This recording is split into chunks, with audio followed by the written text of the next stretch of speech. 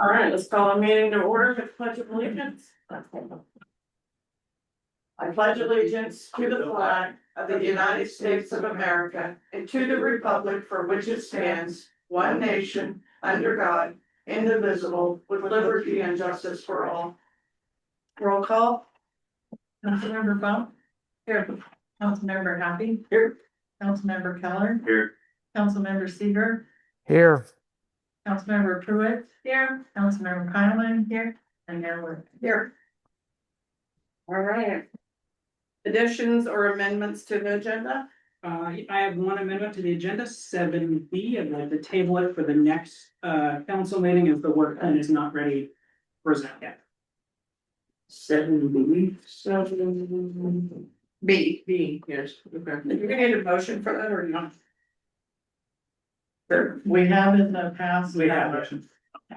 I'll make a motion to remove 7B from the agenda. Second. All right, all in favor, say aye. Aye. Opposed? All right, amending the agenda to take off the 7B and move to the 11/10/2025 meeting, passed unanimously. All right, adoption of consent agenda. Move to adopt consent agenda, including approval of the action minutes from October 13th, 2025. And ratification of bills in the amount of $1,492,872.54. Second. All right, any discussion? Just make a note, the reason it's so high, it's almost 1.5 is the $1 million we got from the state to pay off the loan for the McCord Creek Bridge project. Yes. Yeah, it's like $200,000, so it's a lot higher than. All right, so no other discussion? All right, all in favor say aye. Aye. Opposed? All right, so the adoption of the I think. You didn't oppose, did you? No, he said aye. What? I said aye. Yep. Okay, yeah, it just came, it's delayed. Adoption of the consent agenda passed with Happy making the motion, seconded by Pruitt, and everybody voted yay. Right. Appearances of interested citizens to share on a variety of perspectives on issues facing our community. Betty? No. Yeah, I did not receive any comments, or phone. Right, special presentations, I have treatment equipment company, Chris. Hello. Yeah, you're up, Chris. You're up. You're the-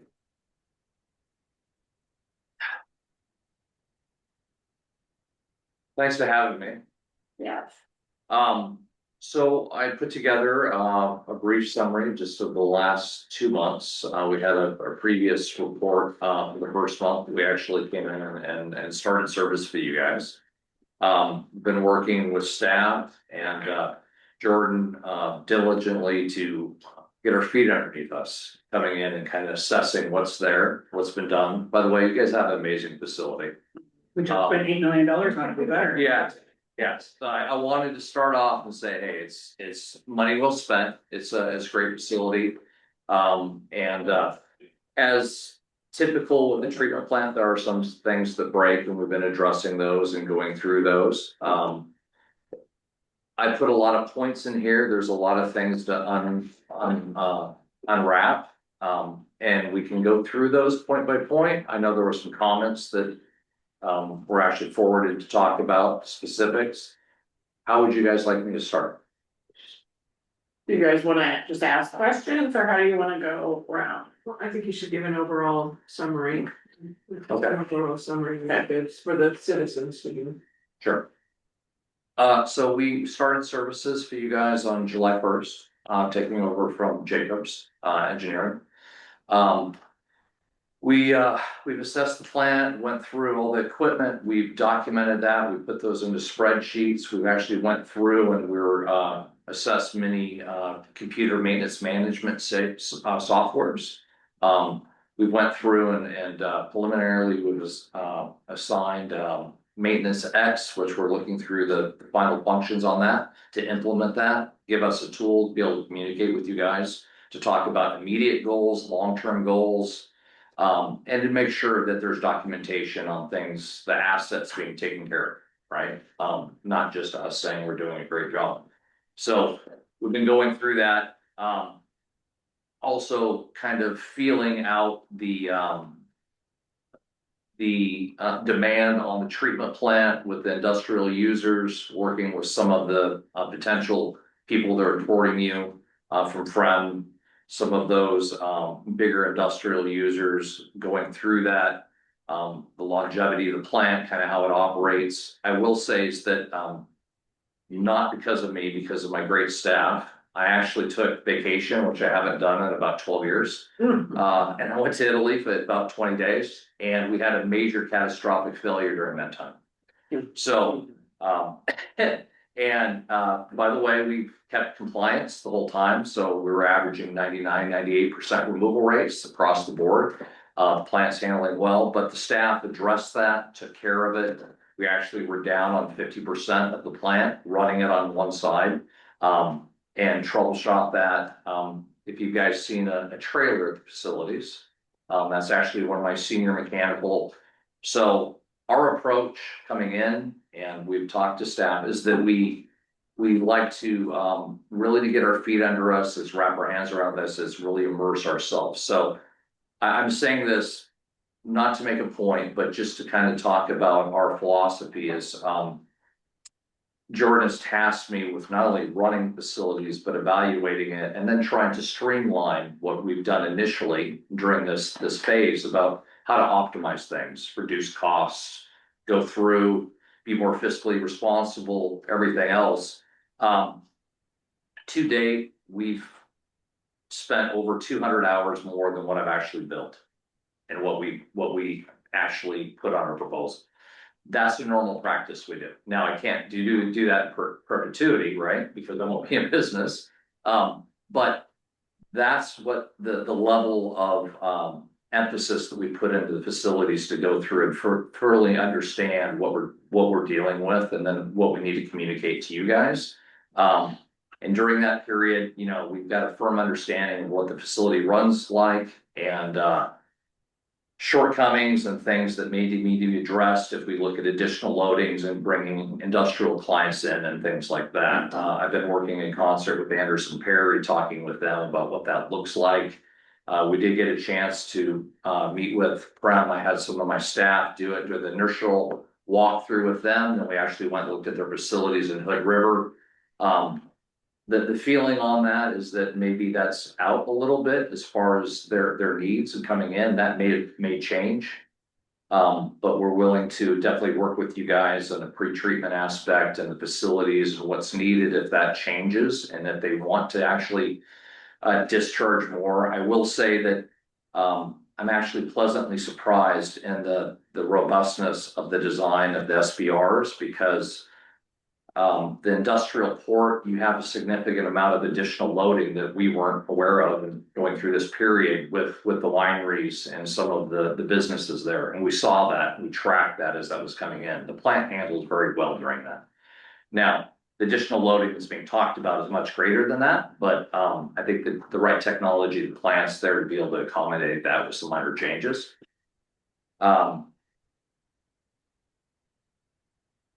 One of the big things that we've seen reviewing the engineering reports, talking with Anderson Perry and everything that's changing the dynamic in this region, is pretty much the solids management piece. So that's been one of the things that we've really focused on. And unfortunately, you guys are tied to the bigger partners in this region. So we not only provide services for you guys, but we also do for Mosier, for water, wastewater, for Multnomah Falls, also for we work with some of the bigger industrial people like Hood River Juice. And because of the dynamics of what's happening at Hood River, it impacts everybody else in the region. So right now, the cost to get rid of solids, whether it's on that side of the river or here, Hood River is pretty much the only viable option. With hauling, it averages, say in a 60-mile radius, about $1 a gallon. So as we look forward, if you guys consider bringing additional people in, that's something that really needs to be looked at, because those are op cost that you guys will bear for throughout those agreements, right? So the initial capital improvements that happen in the plant is great, but really understanding what that looks like may be a significant budget issue to be talked about. So we've really tried to do a good job. Long and short, the facilities that you guys had, they weren't being used properly by Jacobs. Basically, they were using it as solids holding, and then they were hauling solids off, right? They weren't using them as digesters. So we've talked to the design staff with Anderson Perry going through that. We're hoping that even though we've done significant savings and reductions in the amount of solids and what's going out, we can maybe get that to Class B, which would probably half those costs again. So we don't know that yet. We have to figure that out over the next couple months, especially the cold season, because it's temperature dependent on the biology and what happens. The other portion of this is in our operational proposal and how we operate. The city doesn't have a QA/QC manual, which is required by the permit. So I'm working with some of my outside resources we have to develop one of those or get some cost to develop one of those. In essence, all that does is basically tell you how to do your laboratory tests down at the plant, how you sample it, how you do it, how you report it. So that's why it's tied to the permit. Unfortunately, I think Jacobs took that with them. So right now, almost all the laboratory tests are being done by third party, right? So we're going to outside labs, significant cost, over $3,000 a month. So what I've told Jordan is that I will put together options, so we're still waiting on pricing to come in, to be able to expand the lab down there, what that looks like, what the capital cost would look like, and then how much savings that would project, and then you can make basically an informed decision based on that ROI. It does help us significantly, like my other facility at Mosier, we're replacing the UV, we just had a high E. coli event. When that happens, you have to take immediately 5 additional tests. So you can imagine staff every 4 hours in the middle of the night driving, or the inability to drive it to an outside lab in Portland at an hour at a time with billable hours. It becomes very cumbersome. So it adds some flexibility, but I want to put that together, and that's something that we'll bring forward for you guys to consider and look at, and then what those savings would look like.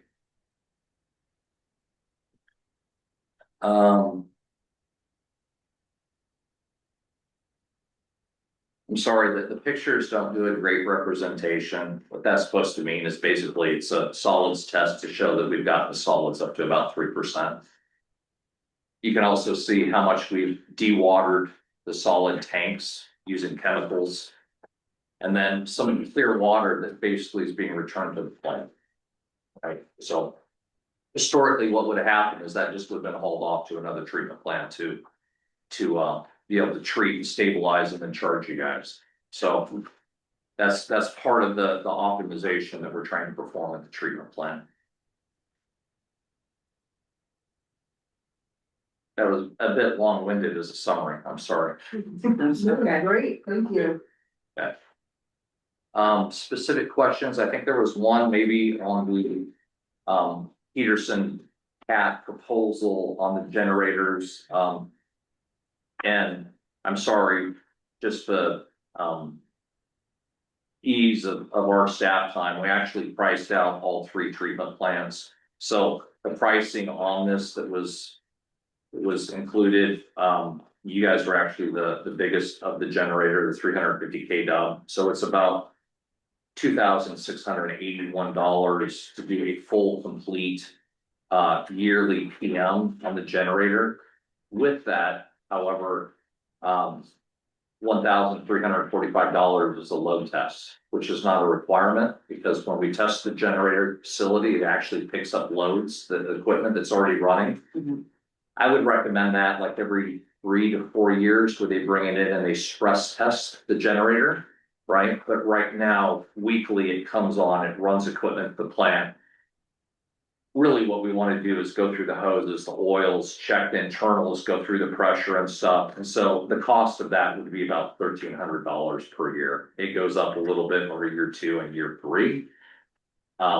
That is the vital piece of equipment. It's a Schedule 2 emergency power generation. It's required by the permit to make sure the plant runs. But as you all know, we get inclement weather, and without the generator, we won't provide treatment.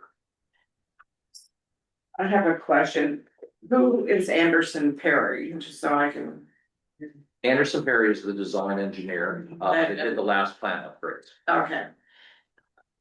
And then did we have a generator that don't work or is going out or? No, it's very functional.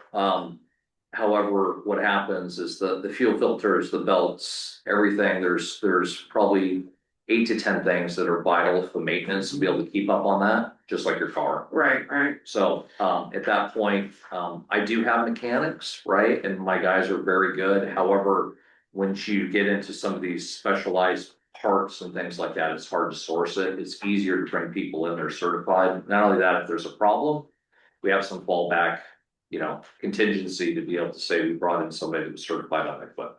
Okay. Courtney. How old is that generator? I believe it was part of the upgrade, so it's probably 2.5 years. I would have to double check that, but I think that was part of the upgrade. Sure. Yeah, check. What is it a Peterson cat generator? Yeah. What's there? Yeah, it's a cat. Thanks for the presentation, as the more you talk, the more I realize I have to learn about, like, how this all works, and, there's a lot of acronyms and, what goes in and how it comes out, I'm really curious, and to come down and get a tour. Absolutely. And I think that'd be really helpful, the question I had was, we've had some DEQ fines in the past. Yep. Are you familiar with what caused those and then what we can do to prevent that sort of thing from happening in the future? Yeah, so sometimes, you have human error, which basically, with proper operations and forethought, those can be, designed out. So having safeguards and checks and going through and matrices to be able to make sure that's done. So example is, we took over July 1st, and during that, there's a transition period between Jacobs and us where we're running the plant and we would report for the following month, but they have to report the digital DMR in the EPA system for the previous month. They unfortunately missed some samples and they didn't test. I think it was alkalinity, right? And the state, deems that as a Schedule 1, a Schedule 2, and a Schedule 3, depending on the severity of that.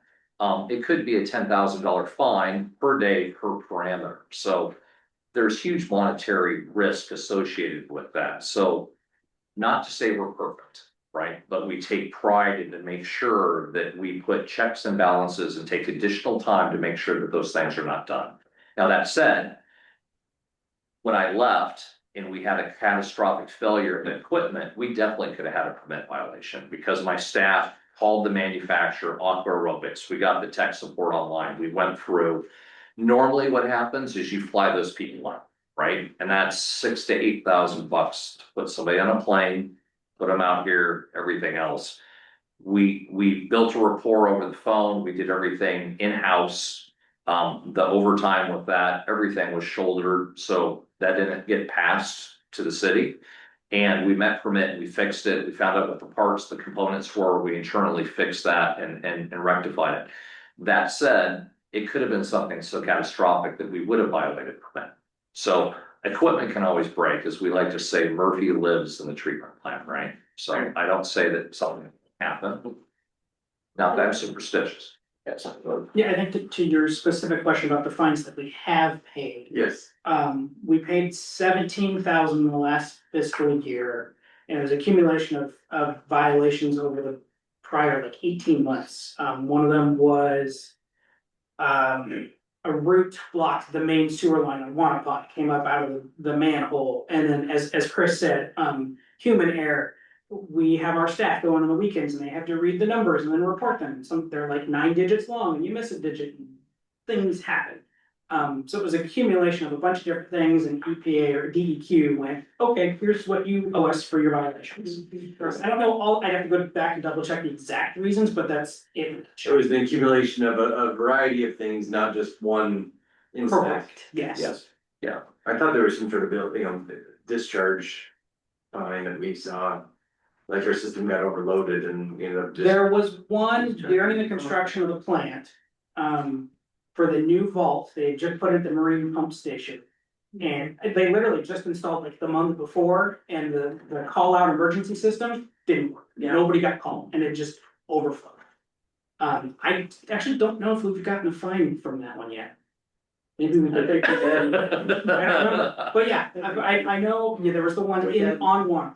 I'd have to double check. So I guess that kind of, that was what I was thinking of, and I was just wondering, as you were learning the plan. I mean, how much have you guys had a chance to go through and just push every button and test those sorts of systems to see that those things are working and verify the condition of Right. the equipment? Well, and that's the thing is like I said, we've way overshot and blown our hours that we ever, and because that's what good operators do. They go in and they try to break stuff. I figured, Yes. but understand what caused it Push to every trend. button. Yeah, and like, where does it go? What happens? How do I fix it? How do I train my staff to do that? So that's part of the process, and that's being involved, invested, and making sure that we're gonna run it just like I would have if I was, I was your public works director, right? When I worked for other cities, you champion that. That's part of your ownership and you do that. So we've went through and done a bunch of that. That doesn't mean that we've canvassed everything. Some equipment is very updated and stuff. Some of the pump stations, maybe not, there's pieces of equipment that could fail. But that's important for us to categorize that, put that in the system, and then tell you guys, maybe in 5-10 years, what that is. You can do capital planning and budgeting to say to address those, whether that's with grants, whether that's with, the state revolving fund, whatever that looks like. But it's important for us to communicate that to you, saying, hey, there might be needs here. These things are beyond us just, changing and putting oil and putting a coat of paint on it. These are things that may need to be addressed, especially if the incoming characteristics with significant industrial users and industrial and stuff. If that changes, then a lot of things will happen. But back to Jordan's point is that human error, mechanical failure, and then there are just plant performance aspects. And I would say is that the plant that's been designed, there's a ton of capacity there, and SBRs are very good. I know this is a public record, so I should be careful what I say, is that DEQ has not pushed down nutrient, BNR, biological nutrient constraints on the plant yet, because our receiving waters are very good. But it has much more capabilities from a nutrient reduction than just a conventional plant. So SBRs it's a good fit. Now I didn't look back through the history. I don't know if there was TSS loadings, removal rate, failures on the performance with Jacobs. I would have to look further into that, but I just know that we've done a deep dive to make sure we can understand as much as we can, as quick as we can, to make sure that we're doing a good job. All right. Tiffany, a couple questions. On the QA/QC manual, is that, does each company do their own, or is it pretty much like standard? I haven't got a straight answer from DEQ. So, and to be honest, I've been doing this since the 90s, most of it in Washington. And so talking to each permit manager at each of the sites, I've gotten 3 different answers. So Jordan, I wonder if that's something we can't just ask Jacobs, do they have that? Can they return it to us? No, we asked, they wouldn't give it to us. Oh, interesting. Yeah, they specifically told us when we're leaving, we're taking this with us. And that we had to figure out, essentially create our own logbook that matches what DEQ wants in the permit. Right? If I'm understanding, Chris? Yeah. Yeah, they would not give us the book they were using. Yeah. And who does the book belong to? The city, The operator, treatment, or the guys? That's Because we got that's a a long point of standing contention. relations. Yeah, it's a point of contention is that is it the city's, IP, right? Mhm. Because they're the permit manager and they paid you to perform that, and whatever was done is Right. associated with that? Or is it that, well, we created it, it's our property, it leaves when we leave, and that's been their stance. Okay, and then I have one more question. Okay. You said cost to get rid of solids was $1 a gallon, and we need to bring in more people. What do you mean by that? To get the cost down. No, to get the costs down effectively, what we need to do, the path that we've done is basically we're bringing in chemicals and we're concentrating the solids, right? So it stays in the system longer. And then we've actually in Jordan, I was waiting for and you have a great city administrator that watches everything. He's like, well, why is our power bill up? Right? So that was the first thing, is like they're watching everything that happens as they should be, and they're minding the stores that we have to run the blowers longer to run the system this way to be able to thicken it and reduce the solids. So maybe there's $2,000 to $3,000 higher power cost, but it may save, $90,000 a year in solids cost. Or if Jacobs was here, it would have been $500,000. $2,000 to $3,000 a year or a month. I think it was about $2,000 a month Yeah, more at the it's highest. steadily increasing over the last like 2 years or so. Yeah, Partly because our rates have gone up, that's part of it. But yeah, there was a noticeable increase since TEC had taken over, so. Yeah. Yeah, so between the previous month and that, and basically we had increased the blower operations like 60-70%. And that was to run the digesters the way that the engineers have designed them, right? And that gave us the ability to reduce the solids. Now that said, those are actually some of the older equipment that wasn't part of the upgrade. And so there are avenues that we could look at, from energy grants with Oregon Energy Trust, to actually look at when those are at end of life. Or they need to be rebuilt with significant cost on the maintenance side. They could be upgraded to new technology, and you guys could get grants with that are more efficient. So those are things that we can help you guys look at. We've done that a ton. Tiffany, was that all for you? All right, Bernard and you. Bernard? Okay, thank you, Mayor. And thank you, Mr. Caleb, for the presentation. This is very interesting, and it looks like you've hit the ground running. I really appreciate all the dedication you're demonstrating. So I was the one who submitted a couple of those questions. I'd just like to review the few that I'd like to hear a little more. So we talked a little about, the plant's ability to handle major storm events. I don't know if you know this, but I used to be the city administrator for the town from 2007 to 2011, and we had some some failures, if you will, plant failures on big rain events where we just couldn't keep up, and we ended up dumping raw sewage in the Columbia. Now, I think because it was such an extraordinary event, I think DEQ cut us some slack. But needless to say, I don't like being the council member in a city where that ends up dumping raw sewage in the Columbia. So can you talk a little about, are some weather events just not manageable, or is that something the city could manage and minimize, if not eliminate, in our operations when it comes to big storm events? That's my first question. Right.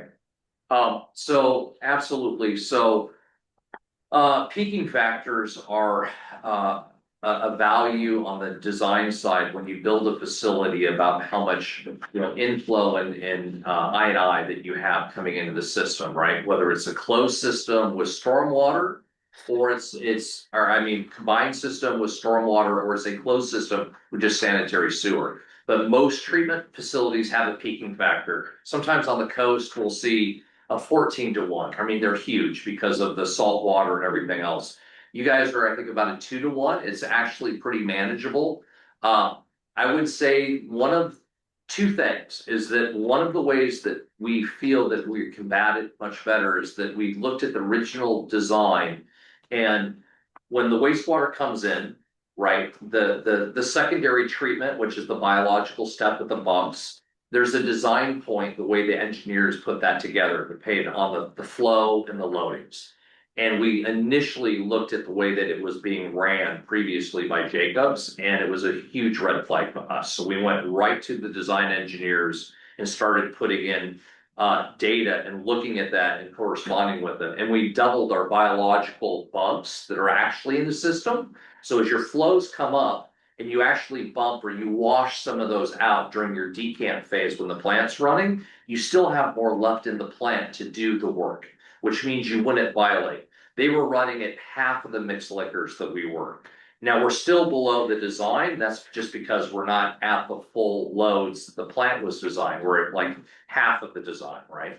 But that was one of the big things. I would say that if there were things, and that was one of the recommendations from Anderson Perry, that if like Frem came in and they brought in all these additional flows, you would want to put EQ tankage in front of the plant to be able to stabilize and hold those flows and then meter it through. That way you don't have those excursions that you talked about. Okay, thank you. And let me, if I could, Mayor, just a few more here. So let's see. We covered that. And then, I had asked, I noted also that $83,000 savings in biosolids as a result of your enhanced, treatment there. I assume, again, you guys have been there since July, so we're coming on 5 months here. Are there any other cost efficiency measures that you're exploring that you haven't just mentioned tonight? Well, I think there will be significant savings for you guys to consider, the council, once we can put together the laboratory costs, the efforts, and what that looks like and what we're spending in outside labs.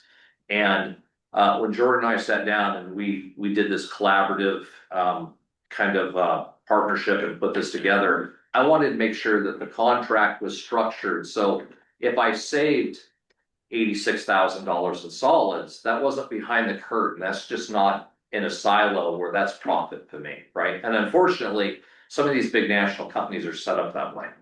So that's a direct pass to you guys. That doesn't save me anything, but that hopefully shows our value to you guys. So I think with the laboratory setting, that would be a savings too, that we can reduce our monthly cost to you. It provides a better service for the community. And we have more flexibility to make sure that the thing we talked about, like if there's a permit violation, so you have to do a certain set of tests. And if one of those tests is high, and I don't have the flexibility because it's a weekend or I can't send it out to an outside lab, I can actually make changes in the plan, take additional tests, and then it averages it for the month. Which means if we have inside laboratory, I have the flexibility to do that. It doesn't skew the performance, just means I can monitor it more to That's a make sure we great don't point. Yeah. much. Okay. And then my last one was, well, two things. One, with regards to the QA/QC manual, look, if I could ask Mr. Bennett, I really feel like, unless you've already done it, I feel like this is a legal question. Did you ask Cleveland if if we have rights to that manual? That surprises me that we do not have rights to that. That's I don't know. We've worked with software companies who built software systems, and the stuff they built while we own that, and I feel like this falls in the same category. So I would love for you to have a quick phone call with him to say, this is what they're claiming.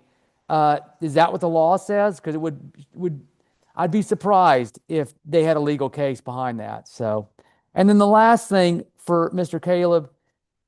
So, my question is, it sounds like you might have mentioned this. So, do you do full utility, sewer utility operations contracts beyond just the treatment plant, meaning, pumps, pipelines, et cetera? Do you guys do that type of work as well? Yeah, so TEC developed the treatment arm, which currently, out of necessity. So treatment equipment has actually been around since 1969, so before I was alive. And they represent many manufacturers, from blowers to UV to everything inside the fence line. When I was running facilities, I bought equipment from them, went through. I had the opportunity to jump over and do that. Now, unfortunately, because of the things with with the tariffs and things being not engineered and manufactured in the US, the service is really bad. And for me to continue to sell things to cities, it has to be a relationship and a rapport. So to do that, I had to create a maintenance staff to take care of that equipment. And then how do I keep those guys busy? So I'm like, well, let's run plants again half the time. So all our sales that we do from water and wastewater and industrial, we also service, maintenance, and rehab that. So we have a contractor license in Washington, Oregon, and Idaho. I have staff right now going over to Joseph, Oregon. They just left Idaho, doing projects and rehabbing and rebuilding stuff. So we do that. And then also we do water and wastewater operations on top of it. So sales, service, and operation. Okay. Well, the reason I ask is that when I was there, I know that we had particular issues and pieces of our infrastructure that, you know, time had seen better days. And and I know that, you know, since I left, there's been, you know, we've lost some kind of expertise in our utility department.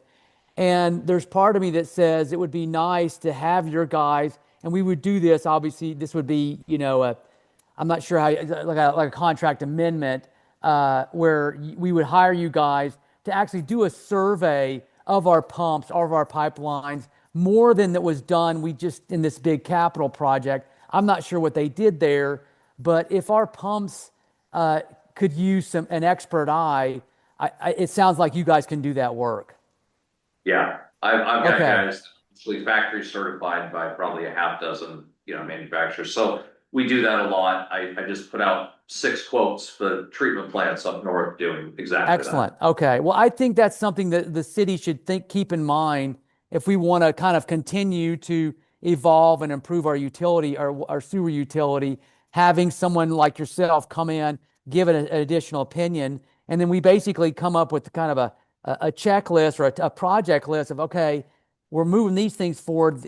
These are the next things on the list that we should be looking at to improve or replace, you know. And I guarantee you, it would surprise me, some of those pumps, if we replace them, we could reduce energy costs, we could improve efficiency and lower our burden. So those are all things that I want us to keep in mind as a council as we oversee this utility. All right, thank you, Bernard. Courtney, so did this, I wanna talk about this QAQC logbook, that was tied into the permit, that's my understanding, right? That it's a requirement of the permit, Correct. and then, so is that logbook something that needs to be turned into DEQ? Is there like some accountability on that? Yeah, so typically what happens, what was happened at the other facilities when we came in, you usually have a sit down and an interface with the permit manager from DEQ. Now, unfortunately, we've had multiple things that have happened to kind of delay that, but we've reached out, and usually the permit manager will come in and they do like a soft inspection. They'll do the interface with us and meet and greet and say, okay, what's here? They walk through the facilities. That hasn't happened. And that's usually when they identify that, they say, oh, you don't have a QAQC, or where's your emergency response plan? Or let's look in the labs and let's look at your laboratory equipment. Is it certified? Like we just had people come in and certify the lab equipment today to make sure that it's in, you know, it's been calibrated and documented. So that would usually happen at that step. That hasn't happened. And like I said, I have a bunch of resources with people that are 30, 40-year people that have done this a bunch, that are semi-retired. Instead of me paying, you know, an engineer at $350 an hour, I have these people that want to work, that's what they've done for half their life. So I'm putting some estimates together with somebody, what would it look like for them to do the QAQC under our umbrella, and then I can bring that cost to you. I know that we did that at Mosier, and I thought it was a very high number. It was $5,000. I think that it should be something less than half of that, but I have to get the numbers back for my resources, and I have them looking at that now, so I can give you an estimate. But that would be part of also expanding the lab, because that identifies and tells you everything you're gonna do in that lab. So if you guys say, well, it makes sense not to send this stuff out and it saves money, then we have to include that equipment, those steps, those procedures, everything would be in that manual. And so, Jordan, presumably everything that needed to get turned in from that previous logbook was submitted and turned in. There's nothing that we're in arrears on, so to speak. That I'm aware, yes, unless there's. Yeah. something out of- And like I said, there hasn't been a formal documentation of deficiency, right? Because DEQ hasn't come in. And you know, the state permits, the DMRs are turned in, everything's submitted, the bench sheets, the outside laboratory test, everything's there. I will say is that when we took Mosier over, and that may have been different dynamics, Jacobs had dropped that after running that for 10 years, and I had nothing. There was keys on the counter, there was no turnover, there was no QAQC, there was no O&M manuals. And so the city asked them for information, they didn't respond. They actually had to take the attorney and do a public information request, and then they delivered a couple hundred pounds. And nothing was there that was usable. So the state actually they found 240 violations of record retention that was against basically the time that Jacobs had operated that. So they didn't keep any of that documentation and go through that even after we demanded it by legal.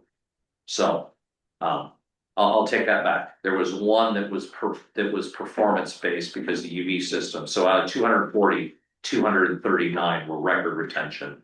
We're required to keep everything for 5 years on site and then provide that to them if they come in. That wasn't the case when Jacobs took it.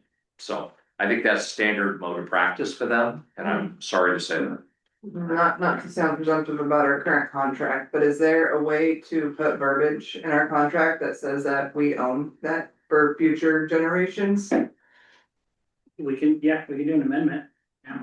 And I'm not too savvy on what the current contract or rules and regulations are. I don't wanna assume that you're gonna take it with you, like Jacob said, you know, it's just something I'm thinking about for future, you Yeah. know? It might be something good to look at, and then you mentioned EOL on some stuff. Do you foresee any end of life issues coming up in the next year? I think the blowers that have the high energy use, they're at that age where they're gonna look at bearings going out, seals, full rebuilds on those. We always use the rule of thumb for the last 30 some years. If it costs more than 50% of what something is new, that's when you start evaluating, is it money well spent? Especially if there's grants, because there's more efficient equipment. If you can get another 20 years out of something new, that's when you would make that informed decision. So we can help put that together. I think those blowers, and then I think the solids piece is something to keep your eyes on, because I support and work with all the consultants in the Pacific Northwest, with all the engineers. We service all the cities. And that's a changing dynamic. There's a lot of things happening. And what we do now with the biosolids is not what we're gonna do in 5 years. And because of that, that's something that we need to keep our ear to the ground if it changes, because costs could spiral out very quick. So. Anybody else have any questions before we move on? No? Thank you so much for coming and giving us an update and all that. Absolutely. Thank you for having me. Yep, and here, rest off, I'll do tomorrow on a couple things. Okay, Yeah. absolutely. Thank you. Yep. All right, moving on to the BPA contract, the power account executive Kevin Benzina Yes, is here. Thank you for being patient. now I get the hot seat. Yes. It's interesting on the horizontal. I go to Hood River a lot and I fly by here and I just drove in here. So I called my wife right now and said, "Will you come down here and stop it?" That's me lots because you guys have a few breweries and stuff. I didn't even know that. We're cool. I always just jump on the bridge and cross over, even though Stevenson's, but I've never go further again. So it's something that. We got some good ice cream. Yeah, the tallest ice cream cone in Oregon. Oh, nice. So, yeah, so I need to stop by, so, but, yeah. So council, I can read the report I presented, or we can just jump straight. I might have a short presentation. I started bringing materials that goes over the questions. You guys asked some really good questions. I mean, I've done a few of these. You guys probably have the most. Yeah, I think, we'll just go straight to Kevin and save some time here, so he's reading this for a few minutes. And so I'll try to touch on real quickly and I'll probably answer a lot of your questions. Okay. We're in the process of doing new 20-year contracts. I've been a bond for 25 years, so I worked on the last 20-year contract, this one. Hopefully I won't do the next one. Yes, good question on why is it not 20 years? The contract's technically 19 years. It takes 3 years to implement them. So you'll sign, you'll start working on implementation, and then you start taking power deliveries under it in FY 2029. But it's gonna take 3 years to set them up. The load following one's a little bit easier, but we have other products, Spice and Block, that are a little bit more complicated that Seattle City Lights takes, Tacoma takes, some of these bigger, huge utilities take these more complicated contracts. Can you explain the difference between load follow, block and slice really quick? Yes. For- So slice is, for load following, we just sell, you guys pay us, we keep your lights on and we'll send you a bill. There's these other contracts that these utilities have these big hydro resources themselves, and they want to manage their own hydro fleet and take Bonneville to supplement also in. And so they manage their resources, they manage the Bonneville contract, and they get every hour, they get a percentage of what comes down this river of the power. So they get the actual power being generated at the time that it's coming through the dam. So if it's not flowing, they bring a little bit of electricity, they need to go out in the market and buy it themselves or generate on their own resource. That's called a slice product. Or the block product is they just buy a flat amount of power. So if your load is, it shapes between 20 and 40 megawatt hours, it's shaped, they can buy a 30 megawatt block and then serve. But they just get the energy flat. They got to buy their own resources or do something with the extra energy.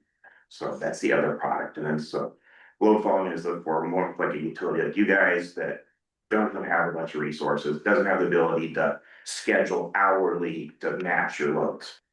So we're going in this, so it takes 3 years to implement. We stopped them in 2044 because of Washington, because they have this rate, and it'll probably change. But they have to have 100% green, I'm not supposed to say that, but renewable resources before 2045. So technically Bonneville, we are about 97% clean. We have 3% because we buy from the market a little bit. So about 3% carbon in our fuel mix.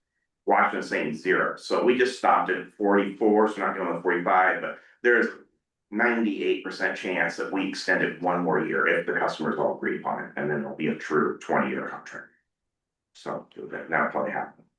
How that process happens, I'm not sure, but hopefully I won't be around to find out. So that gets to that. So I want to talk a little bit real quickly on your load today and what you're paying today. Somebody might think of one of those questions. That was a good question. So today your load is we set our load so it's in for FY25 for this last year. We set that was under the last rate case, which was 24-25. We set that forecast a year before that rate case went live. So we have your forecast. We set it back in like 2022. We set what we think your load is going to be. And at that time for FY25, it was 4.52 average megawatts. With your tier 1 power, which was set back in 2010, was 2.378. Your above high watermark load or your tier 2 is 2.149. I'm a little bit new to this account. You had another Kevin before that managed this. This is like shocking to me because this is what this isn't good when you have this much, when the percentage base is that large compared to tier 1 energy. You're paying a lot for tier 2, and your utility is reliant on 50% of your utility load is reliant on the market.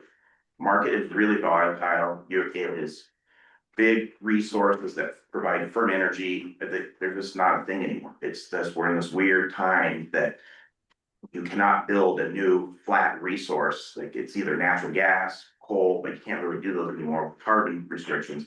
Nuclear, you're not going to do. So really your only real resource, if you want a flat amount of power, is solar and battery, the combination of both of those. And that's not cheap either. You're probably looking at $100 a megawatt for that. So it's just a weird time that you have to serve that above high watermark load or tier 2 load is not cheap. And we do have the rates. Somebody had asked what you're paying for your power. This for FY25 was $60.25 a megawatt hour. Right now, tier 1 power is at $36 megawatt. So it's almost double of what you pay for your tier 1 power for that energy you buy from us that serves the 2.3 megawatts. It goes up to $70.66 this next rate curve, FY26. So currently this month you're being billed $70.66. And like I said, it's just volatile because it's basically you're buying whatever resources are out on the market. Bonneville, we do a portfolio, so we go out and look and buy. We know what load we need to buy for. We'll start purchasing those a couple years in advance. We'll find a good deal. We'll start just mixing it all together and try to get the best deal possible. The power prices, when we were out looking for around $100 a megawatt hour. So we were really getting pretty nervous, but we were able to work in a few cheap deals and get it down to 70. But at that time, it was right after that cold snap we had on Martin Luther King Day, it was like 2 years ago. And that drove the whole energy, we just had a huge price at that time. Power prices went up to $1,500 a megawatt hour that weekend. And it really drove just the whole market up for the whole year. People, all the power marketers got real nervous after that. It's kind of come down since then, but it just takes another big cold spell for everybody to react and make the prices go up again. So the next year, yeah, $70, and following years down back to 67.40. So we're able to strike some better deals for the tier 2. And that's your loads today. Now let's step into loads in the future when you go sign this contract. Really what we're going to try to do is just manage your tier 2 load or your load above your contract high water mark. Really, a really sweet deal got negotiated in, and thanks to NRU, I see you guys are members, they were a big proponent of this, but to try to protect these small utilities, because the large satellite lights, these big utilities, they can manage, buy resources, do this stuff, but a small utility, not gonna go out there and build a big resource and try to take that on. So it's just too much risk, it's hard to do, to serve, to go try to serve 2.1 megawatts of your load, trying to build a solar farm, because solar farms capacity is 20%. So you would have to bring on a huge, you'd have to be a 10 megawatt solar farm to serve that 2 megawatt loads. So what we did is all these customers that are under 5 megawatts have a right that they can access up to 5 megawatts of contract high water mark. So contract, to make say simpler, tier 1 energy, the $36 cheap power that we offer. We will offer it up to 5 megawatts. So as your load, so this first time, which I'll work with Jordan on, but in 2027, we're going to do the forecasting for that future rate case that's under this new contract. And we'll take your loads at that time what we think they're going to be. And as long as it's under 5, we'll just push all those tier 2 load into your tier 1 bucket. So up to till you get to that. And then you probably, like right now, you're at 4.5 megawatts. I'm not sure how much growth you'll have between now and 2027, but whatever that might be. So if it's still under 5, we'll push it all of that tier 1 energy, which is pretty stable rate, which right now is $36. It could go up a few more dollars, but not much because we got a system that's paid for. So it's really not going to increase. I think you might see in the news about the Snake Rivers being removed, those dams. That would be the only thing that really would impact that rate if those dams were to be removed, because we'd have to go buy $100 power to replace them. So hopefully, I don't think it's going to happen. That'd be the only thing really I could see forecasted to take those rates up. So we'll work with that. But yeah, your rates will substantially decrease starting in 2029 or in October of 2028. Because we'll push that all in that tier 1 rate. So what you're paying for power today for that tier 2 at $70 megawatt hour will go down to $36, $37 energy charge. And I went back and looked at a couple of your bills. The energy charge makes up about 80% of the charge on your bill. So your bill's around $200,000 a month. 80% of that's energy charges. So there's a few different charges on there that cover if your load is different, if your load profile, like when you peak, is different than our hydro system that peaks. If there are variations when we can peak our system compared to when your load peaks, you have to pay for that difference because we need to make up that difference. So if your load profile matched exactly what our energy profile was off our federal system, the dams, you wouldn't pay that additional 20%. That's really the 20% extra cost coming in because your load's coming in a little different than how we actually generate the electricity. So that takes it up to the 5 megawatts. And then what your next piece, which a lot of your questions start focusing on, is what do we do when it gets with resource development and we get above the 5 megawatts, what do we have to do with that? So once you grow beyond the 5, there is gonna be 4 options that you'll need to have to come up with a decision on. It'll be next year, you'll need to make this decision, and I would work with NRU on this. I'm sure they're gonna have workshops or you're gonna have to make a decision whether you wanna lean on Bonneville for 100% of your tier 2 for the whole length of the contracts, called long-term tier 2, and you just purchase the tier 2 power from us like you do today. Or you have option 2, or option B, is you have a block amount of tier 2. Let's say we're gonna wanna serve our tier 2 up to 5 megawatts, and if we grow above, so you got 5 tier 2, 5 tier 1, we grow above 10 megawatts, we're gonna buy those resources ourselves. We'll go figure it out and build resources ourselves. So that's option 2. Option 3 is we want to build for the first phase. If we grow beyond the 5 megawatts, we want to build the first 5 megawatts of resources, and then we'll take the tier 2 product beyond that. So then option 4 is we'll just take the 5 megawatts from you guys, from Bonneville, and then we'll develop all our own resources. So that's option 4. Bernard has a question real quick. Bernard? Well, I was going to let him finish his pitch, and then if I could, Mayor. Okay, all right, go ahead and finish. Can you repeat what this third option was again? Third option is the reverse of 2, where you say, I want to develop resources for an X amount of energy. So I want to develop resources up to 5 megawatts, and our load grows. Let's go back to that 5 megawatts of your base load of your tier 1. Your load grows 5 megawatts. You want to say, I'll serve that first 5 with my own resources, and if it grows beyond the 5, we'll take your long-term tier 2 product. So when you say our own resources, you mean like solar, like? Whatever you want to do, solar, wind. The problem with Ordinance, you can't, there's not a lot you can build, like you can't, so it's really solar, wind, and Thank you.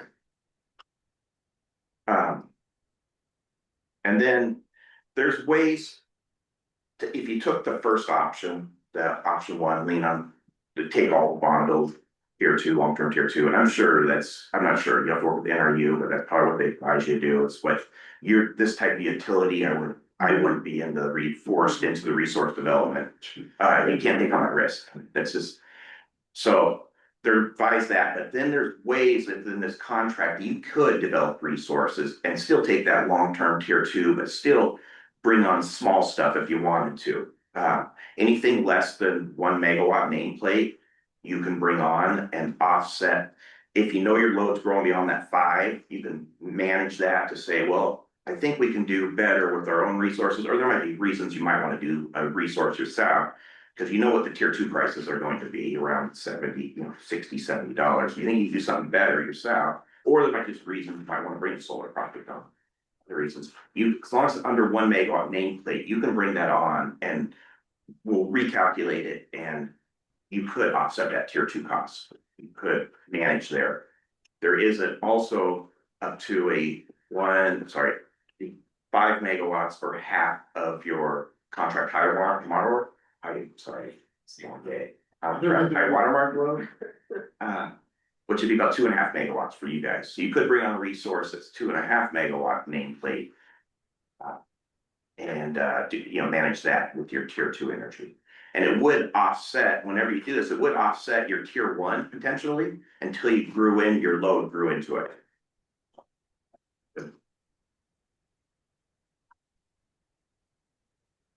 But that's basic, that's a lot of for a lot of information really fast. All right, Bernard. Okay, thank you, sir. What was your last name again? I apologize. Mozina. I'm sorry? Mozina. Yeah.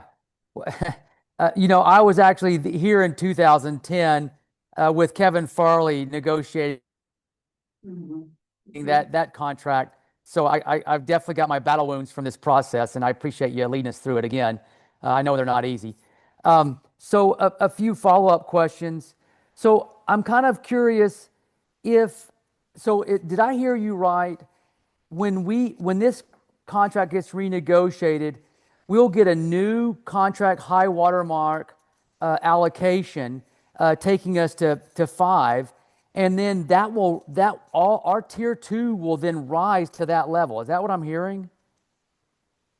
Your tier I'm one sorry, will tier rise. 1. Our tier Yes. 1 will rise to that. So our costs, we'll see is right now you're saying we're paying about 2 megawatt a year is at tier 2. Once this thing gets updated, all that's going to go drop to tier 1. Did I hear that right?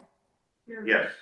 Wow. Okay. So I assume Jordan, you're hearing this, and I mean this is going to be a huge change in our forecast costs for running the electric utility once this thing kicks in. This is a dramatic savings in our expenditures to run that utility, which I'm thrilled about. Oh my gosh, this is such good news. Yeah. So I roughly did some numbers. It's 50,000 a month about. that is incredible. Yeah, do the math. That's that's $600,000 a year for our ratepayers. That's amazing. Okay, so I just want to confirm I understand that news properly. And then the next thing, this is kind of I don't know if it's one of those big challenging questions, but we just got a report from our city administrator who went to an OMEU conference, and they listened to a bunch of big wigs from the energy industry, and there was this consistent drum that like AI and the big techs, they are just consuming crazy amounts of energy. They're growing, leaps and bounds, and it's putting pressure on energy markets across the country. And I can't help but hear this story, and this is the 2 questions I want to ask.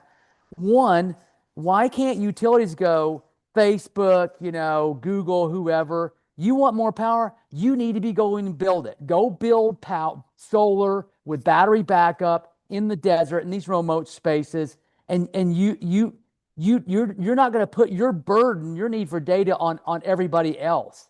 That was my first. Now understand that logistics can be challenging. And to me, okay, if you don't want to do that, then utilities, we're going to charge you $150 a megawatt hour. And you can either pay that, and then basically, again, by doing that, now you're helping the rest of us who don't want to take on that burden. You're basically subsidizing the small people, if you will, because we know they have crazy amounts of money, So if you want to do that, then you pay a lot, so you can address some of the burden we're going to feel as a result of this power grab. Can you talk to those 2 issues? Yeah, I mean, that's why we're stressing. It's my personal feeling, don't want to say it's Bonneville's position at all, but that's like, we want to get these contracts signed and lock up that federal system, that $36 power, and then you guys will have it locked up for the 5 megawatts. You'll have your marks set. That was a risk. I was around RD too. It's like, get these things signed. You want to lock it up, but you don't want the Facebooks and people like kicking this is a really awesome resource mix that we have. And it's really, it's all paid for. It's really inexpensive. So Facebook's going to come to us because they know they can look at our rates as public and saying, we want this power, we want the 30, and we get it all the time. They come, we want that $36 power. Well, that's already taken. Our customer, we have a customer base that we have, Northwest Power Act, we have 20-year agreements, and once I will feel better once we get all of them signed and set, and then that $36, that what you're seeing with the Facebooks and stuff is that tier 2 rate. That's what's driving that rate up, is that tier 2 is just the market and what market resources, and it's about $100 a megawatt hour. It's cheap. It's more 125. If you want to build a nuclear, I've seen 150. And that's what those Facebook and people are faced with, is buying that. And they have to develop their own resources. They can't buy from Bonneville. So they have to go build their own or buy from the market. But as more people buy from the market, it's going to dry it up and drive that price up. So. Okay, thank you. Appreciate the help here. All right, Courtney. Did I understand you correctly? Kind of piggyback off of previous points. We were talking about getting that tier 1 price, but I don't know if I heard you correctly or not. You had mentioned that if we do go over that 5 megawatt mark, then now we will be forced to make one of these 4 decisions. So it's not really a guarantee necessarily, it's like a, hey, if you guys keep your energy consumption under this level, we can guarantee you this price point, but once we exceed that level, now we don't have that option. It's similar to what you guys are doing today, where you buy the tier 2 from us today. It's just you'll pay a higher rate for everything above the 5. So you need to, so once you work, but if you have a new industry coming here, you need to have that discussion with them and say, hey, you know, this is the cost for power for everything above the 5. There's ways around that where you can integrate small resources to offset that if you want to try to offset the tier 2. Or I guess there's another question you guys asked in here a little bit, is on consumer owned. So you could have a utility come in and say, well, you need to put a resource behind your load, like you need to integrate a resource within your load. So you could, you know, they could put solar back there or something there to offset it a little bit. So you could have the, you know, like until whatever new load comes in there, you said you had some, you have the lumber product, but you have the cyber. For the small data center. Data centers, yeah. So you can have the data center, but you need to bring solar, but something behind your load there too, because or else you're faced with this, you know, tier 2 pricing. So I'm still missing something, I'm sure it's totally on my part. You had mentioned that we will push everything into the tier 1 bucket that we have now, Mhm. as long as we stay under that 5 megawatt mark. Mm-hmm. And we will be able to have that $36. Yeah, whatever it's at that time. Right. It would be. And then so you're saying that those 4 options apply to what happens to everything over 5 megawatts? Like only everything over 5 Yes. megawatts, or you still get to keep that bucket no matter what? No matter what, Okay, but you're gonna have to make a decision end of next year, you know, fall next year. How, it's a little bit weird because you need to make that decision next year for the next 20 years. That load that grows above that 5 megawatts, how do you wanna serve it? Do you wanna be forced to build a resource to serve it? Do you just wanna lean on Bonneville and just pay our tier 2 rate? You'll have to make that decision next year. You know, the end of next year, once we. But like I said, there's ways that, even though we say you're forced to buy the tier 2 product, there's ways to tweak it a little bit, so where you could still develop resources. we're forced to look at. Or forced to look at it, like you could have a new load come in here and say, we wanna do solar, we wanna do, well, you can. But you know, you just make sure you have the conversation with Bonneville, you know, bring us in right away, if you have a load that comes in, that's 5 megawatts.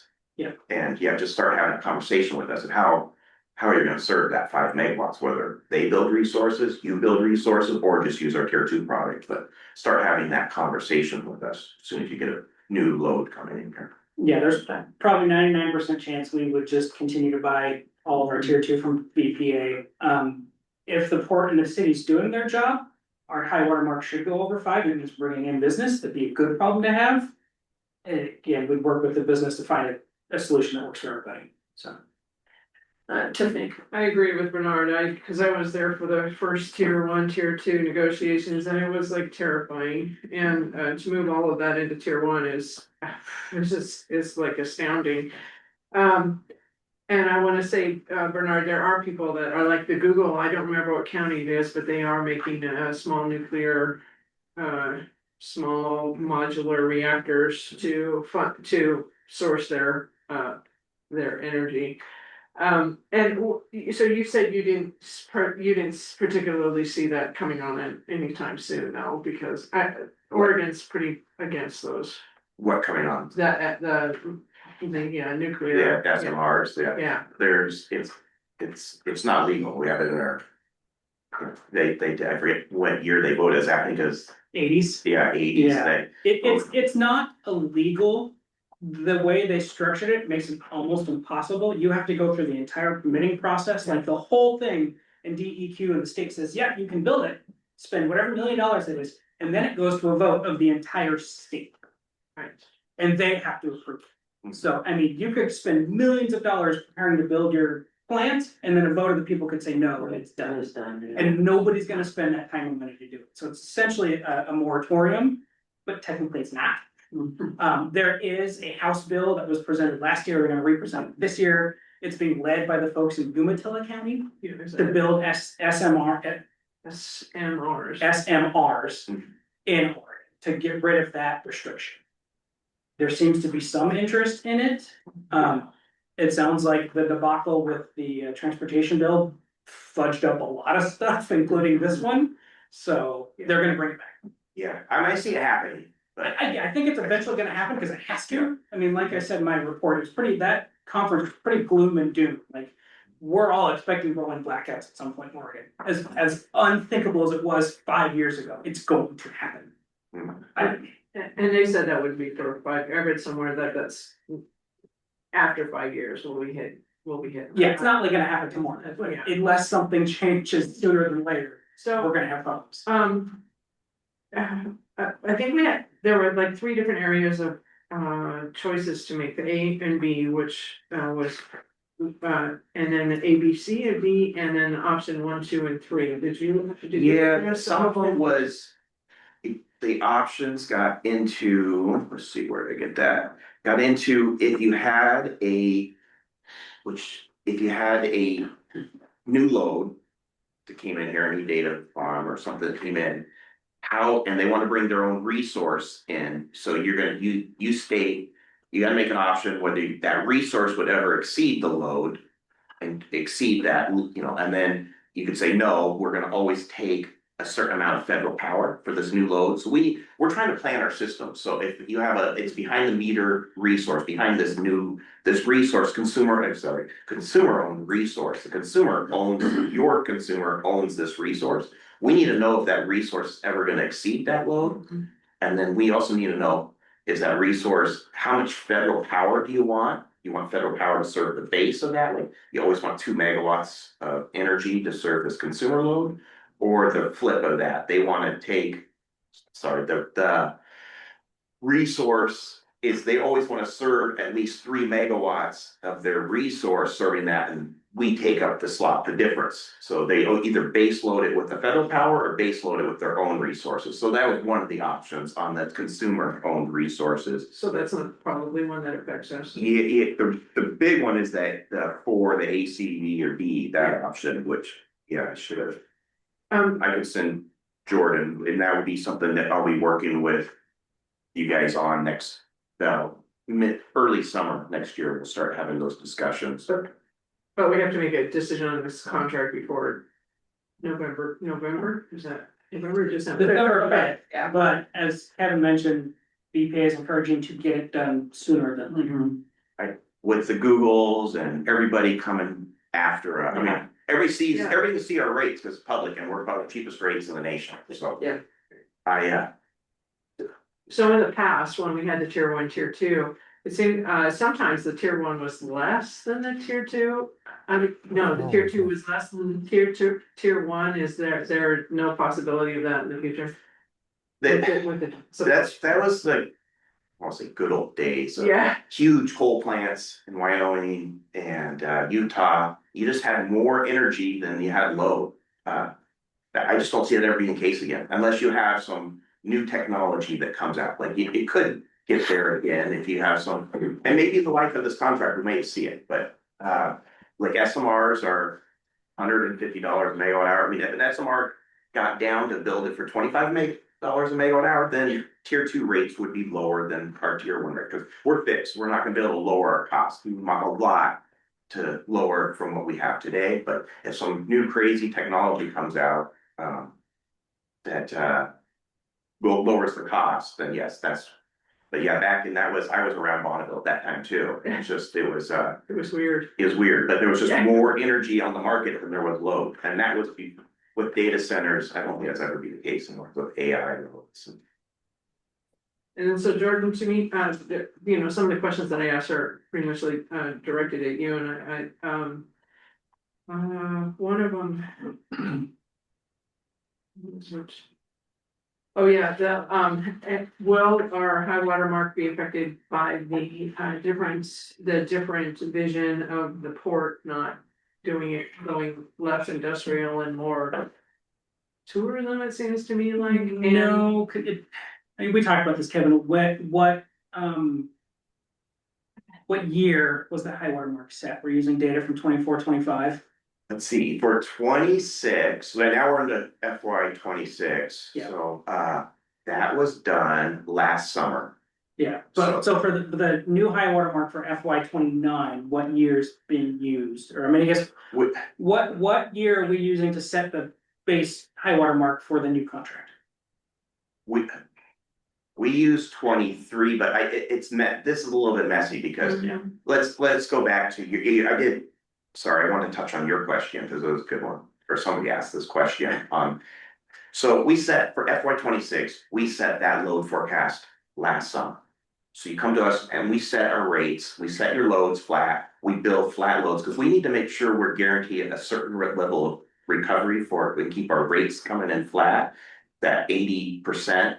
We want to make sure that our 80% rates are pretty stable. That 20% flex is, so if the loads do not show up like we forecasted last summer, let's say, the port you said is not, I don't know if it's coming in low or high, but what you'll receive is credits. If your load comes down from what we planned, you'll get load shaping credits. If the load came in a little bit higher, you get load shaping charges. And those are based, they're not tier 1, but they're not tier 2 either, like right in between. It's like $50 a megawatt hour. So we give you a credit at $50 a megawatt hour if the loads come in less, if that port is not coming in like we thought it was last summer when we set that forecast, or if it's coming in higher, we charge a little bit more for that. And I think to go to your question, the port, when they were looking at high energy users, that was never actually built into our forecast because none of it was certain. BPA asked for, I think, 75% certainty in those forecasts, and at that point it was like 10. And So- it's not just that, but it's also Bear Mountain's not, are they back to drying what they were before here? Because they cut. They won't be until they get some good winters, is what they said, because Yeah, they I'd have to look have a into it, demand but- for the pellets. Because that changes, because they were a high power consumer. Yeah, right? yeah. And then my other question is about this Water Resource Agency program. Is there any decision that we have to make on that, or is that just we're sucked into that the diversity of resources program, the RAP? Oh, the wrap. Yeah. Yes, unfortunately. Yeah. Unfortunately, yes, there'll be wrap, and I'll work with Jordan. I just don't think it's really gonna impact people that want to develop their own resources. And so that's gonna be the wrap. Is gonna be for the bigger players that are building their own resources or going to the market to serve the resources themselves, like they want to go to the market to buy and serve their own tier 2. Go to what we call mid-C, but there's an open market where you can buy your own energy and serve your own tier 2 load. Those will be the wrap will impact them. So I really don't think you'll have any impacts there. Thank you. So that, Yeah. anybody else have any questions? I'd like to get all of council's questions out, because I want this in for a vote at the next meeting. I mean, not that we're gonna have a great debate with BPA, this is kind of what we're getting. Yeah. But I wanna make sure all of the questions are answered before Kevin leaves tonight. It's basically how hard do you want your arm twisted behind you? Yeah, and like I said, it is slightly a little bit horse before the court. We're trying to plan 23 years out, which nobody has any clue. The ABCD options. We'll just have to work with them to make a decision next year, which again will come in front of council, so. Bernard, did you have a quick question? I before we did, go? yes, if I could. So 2 things, sir. So we talked about, other forms of energy. And just to be clear, I think the most logical solution would be us to get our tier 1 and then become your standard tier 2. Anything that comes above 5, we default to your resources and you bill us accordingly. But I'm always fascinated by the energy market. So while I've got an expert here, I'd love to talk to you a little more.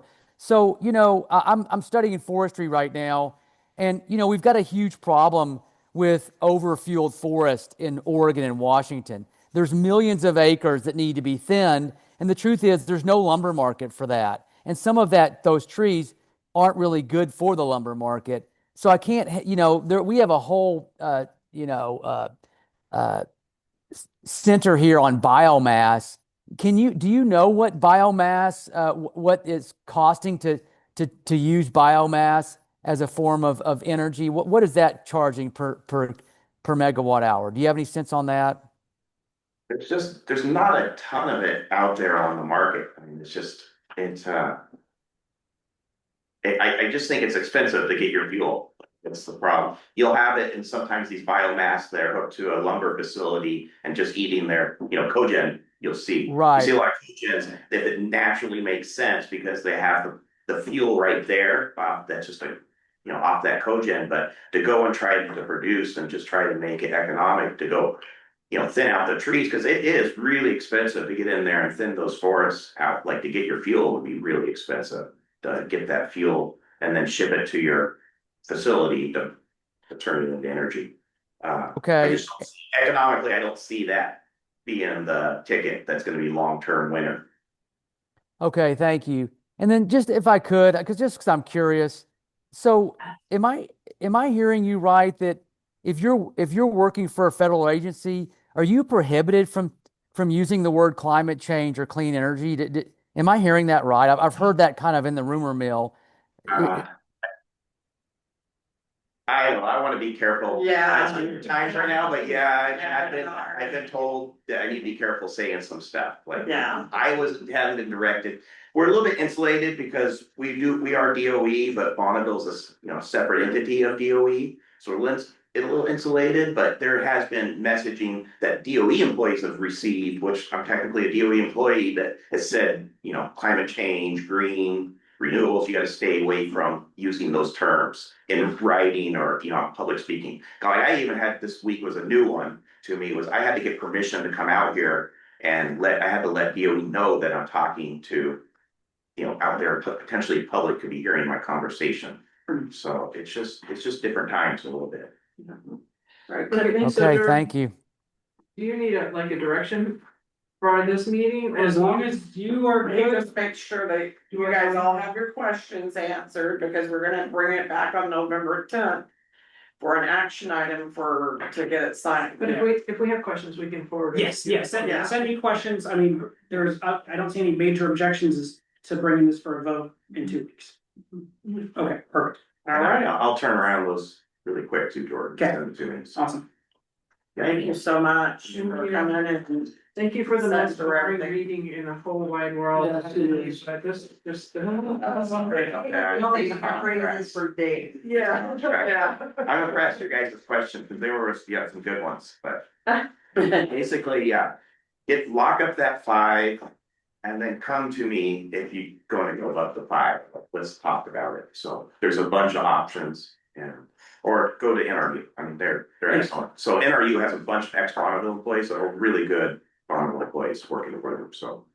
So that just makes, so are we gonna go to NRU and ask them what's the best, or do you think you know? I mean, option A is probably where we're gonna go, but I will check in with NRU, PPCR associations. All right, well, thank you so much, sir, for coming out. Hey, and please come back to Cascade Locks. I will come back. We've got more than just ice cream. Our marine park is Ice stunning. cream, There's so many cool things here. So, No, I'll be back. all right, good to hear. Would like to come back and see your service territory. Yeah. Oh, there was a question about an additional substation. Yeah, the substation, I did. The additional substation will not impact, it's the load that impacts it, so it's the load that impacts your cost. It will maybe on your transmission side, if there's additional meter needed, you'll have to pay a metering fee, but it'll be really small stuff. Like maybe, I mean, that, Yeah, in terms of the big picture, very tiny, yeah. Thank you. All right, Thank you, Kevin. so moving on to action, our public hearings. No public hearings tonight. All right. Action items, adopt ordinance number 467 to amend Article 3 of the CDC. Okay, does council want me to read this again? I guess I'll ask that. That's about the 7th or 8th time I've read Can this. you just read the changes? Yes, that we I can do that. Yep. Let's see, I need to go to, oh yeah, a copy of the updated ordinance was provided to council and posted at City Hall 7 days prior to the meeting, satisfying requirements to read the ordinance by title only. and mentioning the substantial changes unless the council member objects. Does any council member object to reading the ordinance by title only? We don't have Keller in here, but We do it for him. I doubt he'll have a problem with it. Okay, so I'm gonna read it by title only and then read the substantial changes. Ordinance number 467, an ordinance amending the Community Development Code, Article 3, Land Use Districts. Substantial changes from the last reading, moving downtown zone from residential designation to commercial designation, page 4. Moving cottage cluster from permitted use to conditional use in downtown zone, page 19. Change one parking spot per 1,000 net square feet to 1,000, I think I got that backwards again, 1,000 gross feet to 1,000 net square feet, page 21. Adding the clarification that only commercial buildings must meet weather protection standards, page 23. Clarification of design standard applicability to existing structures, page 21, 28 to 33. Removal of references to accessory structure standards, page 9, 11, 13, 15, 17, 28, 33, 38, 40, 41, and 42. Also in the packet are reports from U of O staff regarding those accessory structure removals, and then a memorandum from the fire department regarding the building height and apparatus ability. And those are at the back of the packet.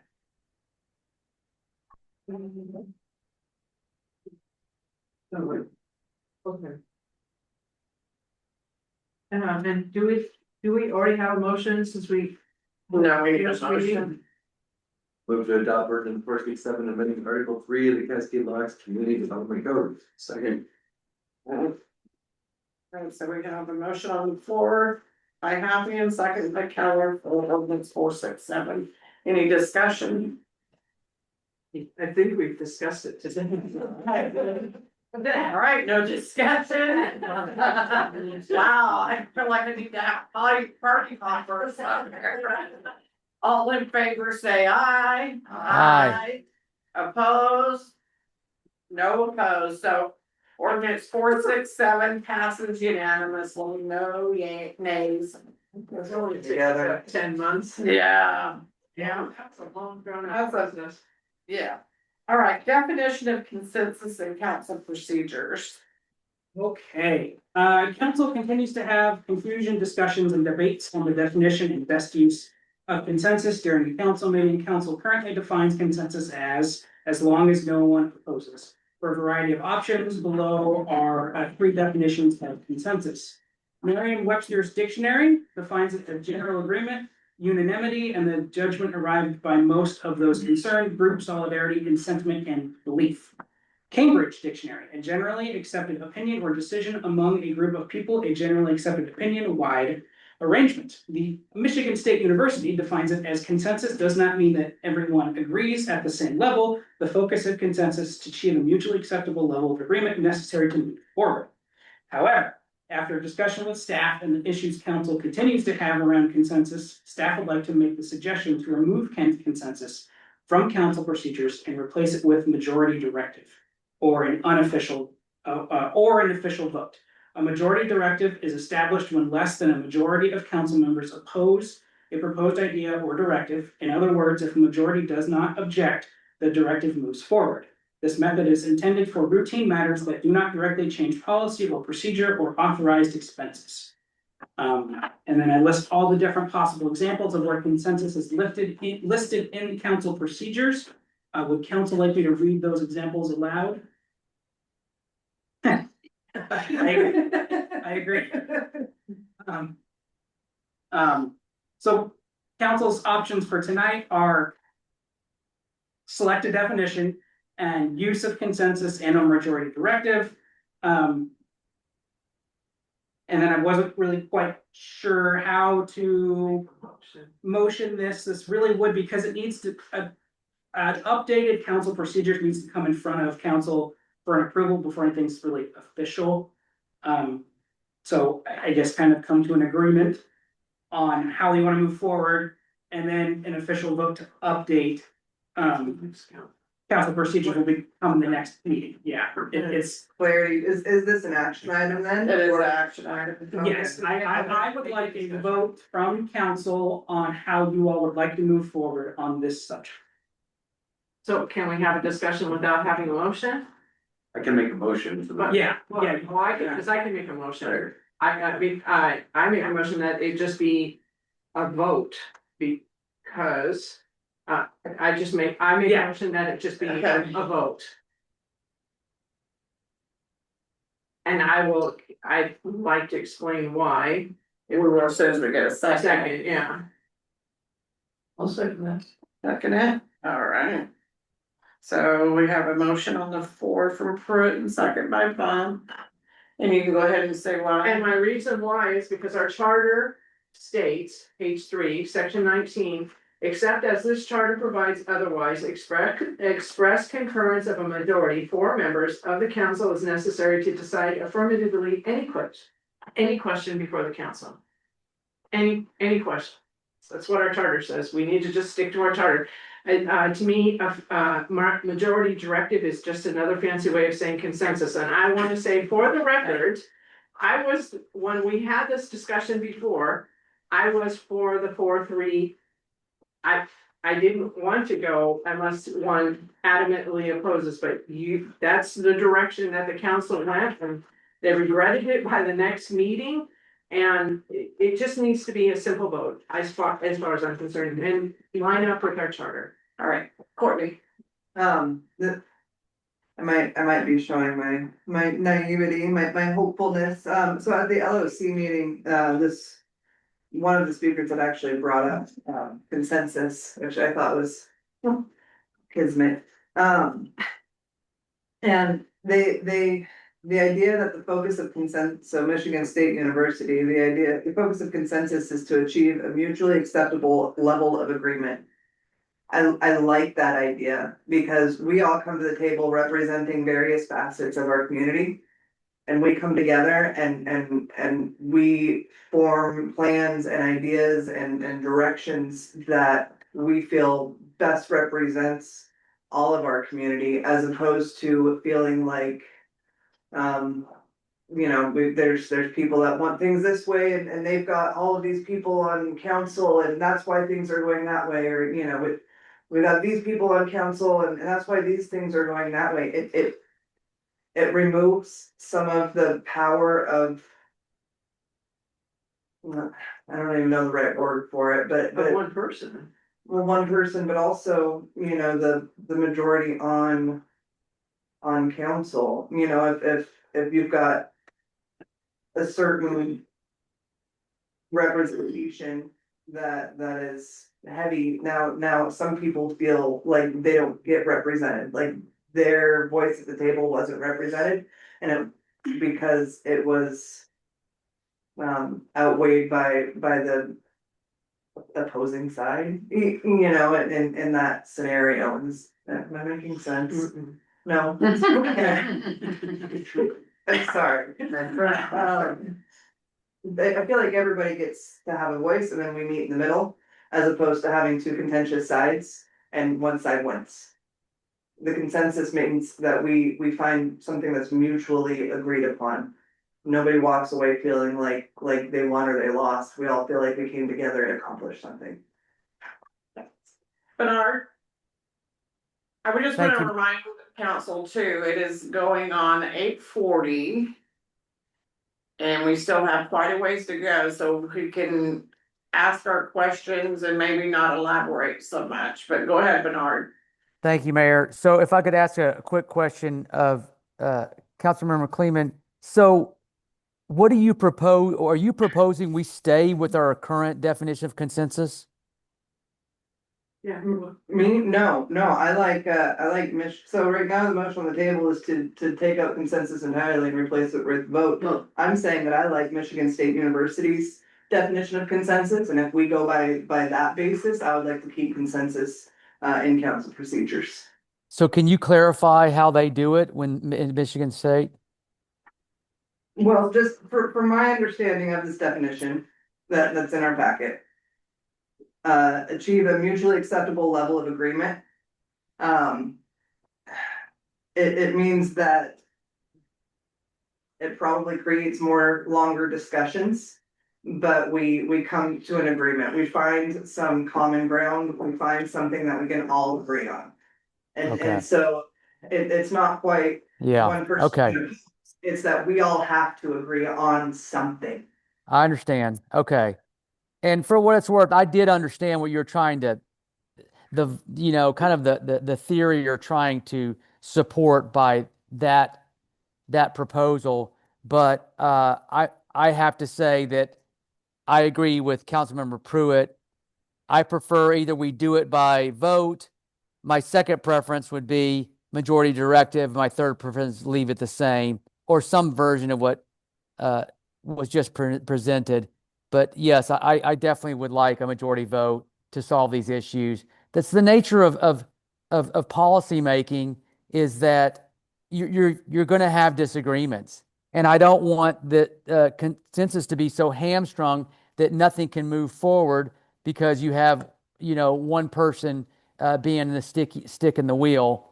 And I don't know. I'm more action oriented. I want us to be able to make decisions and move issues forward, assuming you got 4 votes. So that's where I'm at. Thank you.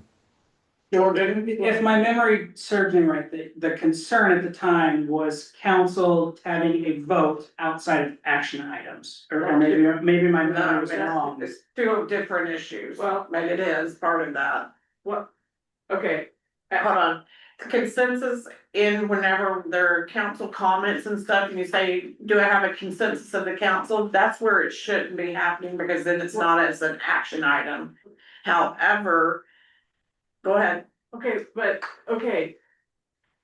I don't mind taking a vote there, as long as we're just taking a vote on whatever's being proposed during council comments and not having any discussion. We say the discussion for the next week, we get it on the next agenda, and then the citizens get to see that that's gonna be on the agenda, and they can come in and give their yays or their nays or whatever for it, but we don't have any discussion. We don't have any discussion. We just say, we need to know whether this is something to move forward, to invest staff's time on it. Right. And invest council's time on it. And if there aren't 4 people that want to move forward with whatever ideas put forward during a council comment, then it just dies. We don't have the discussion. If we decide to go that way, where we take 4 to 3 Yeah. forward.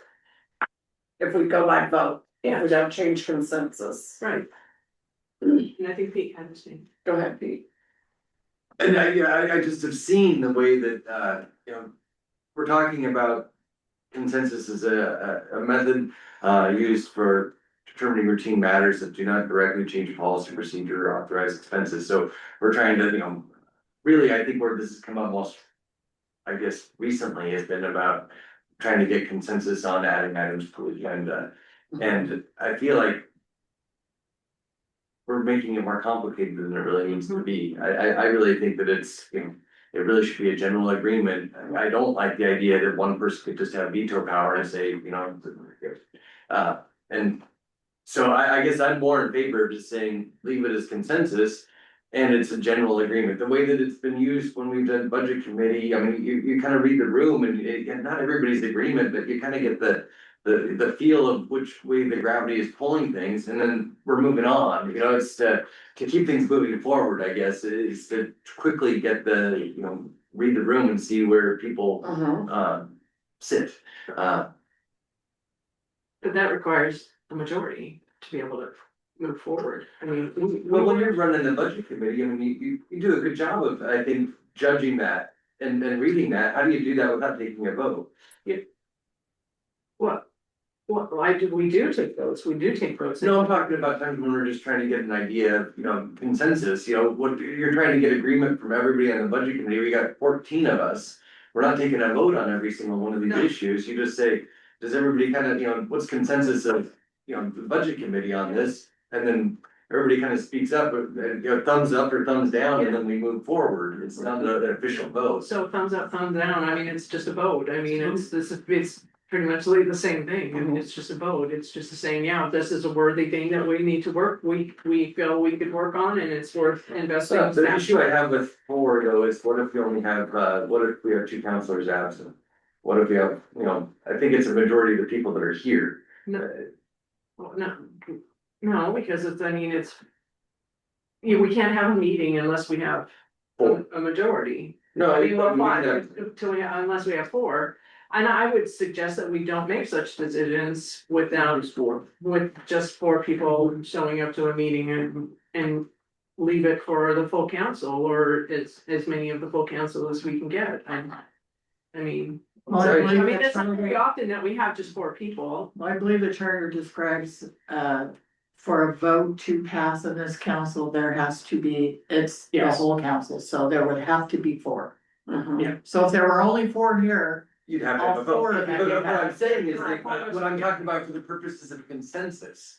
I wouldn't wanna have to, get everybody to agree if you only have four people here for the meeting. I think if you had, four people here and three of them are saying, yeah, that's good, then that should be consensus of council. I absolutely agree. I don't wanna kick that to the next meeting. You have, I mean, I feel like you're wanting to call it a vote.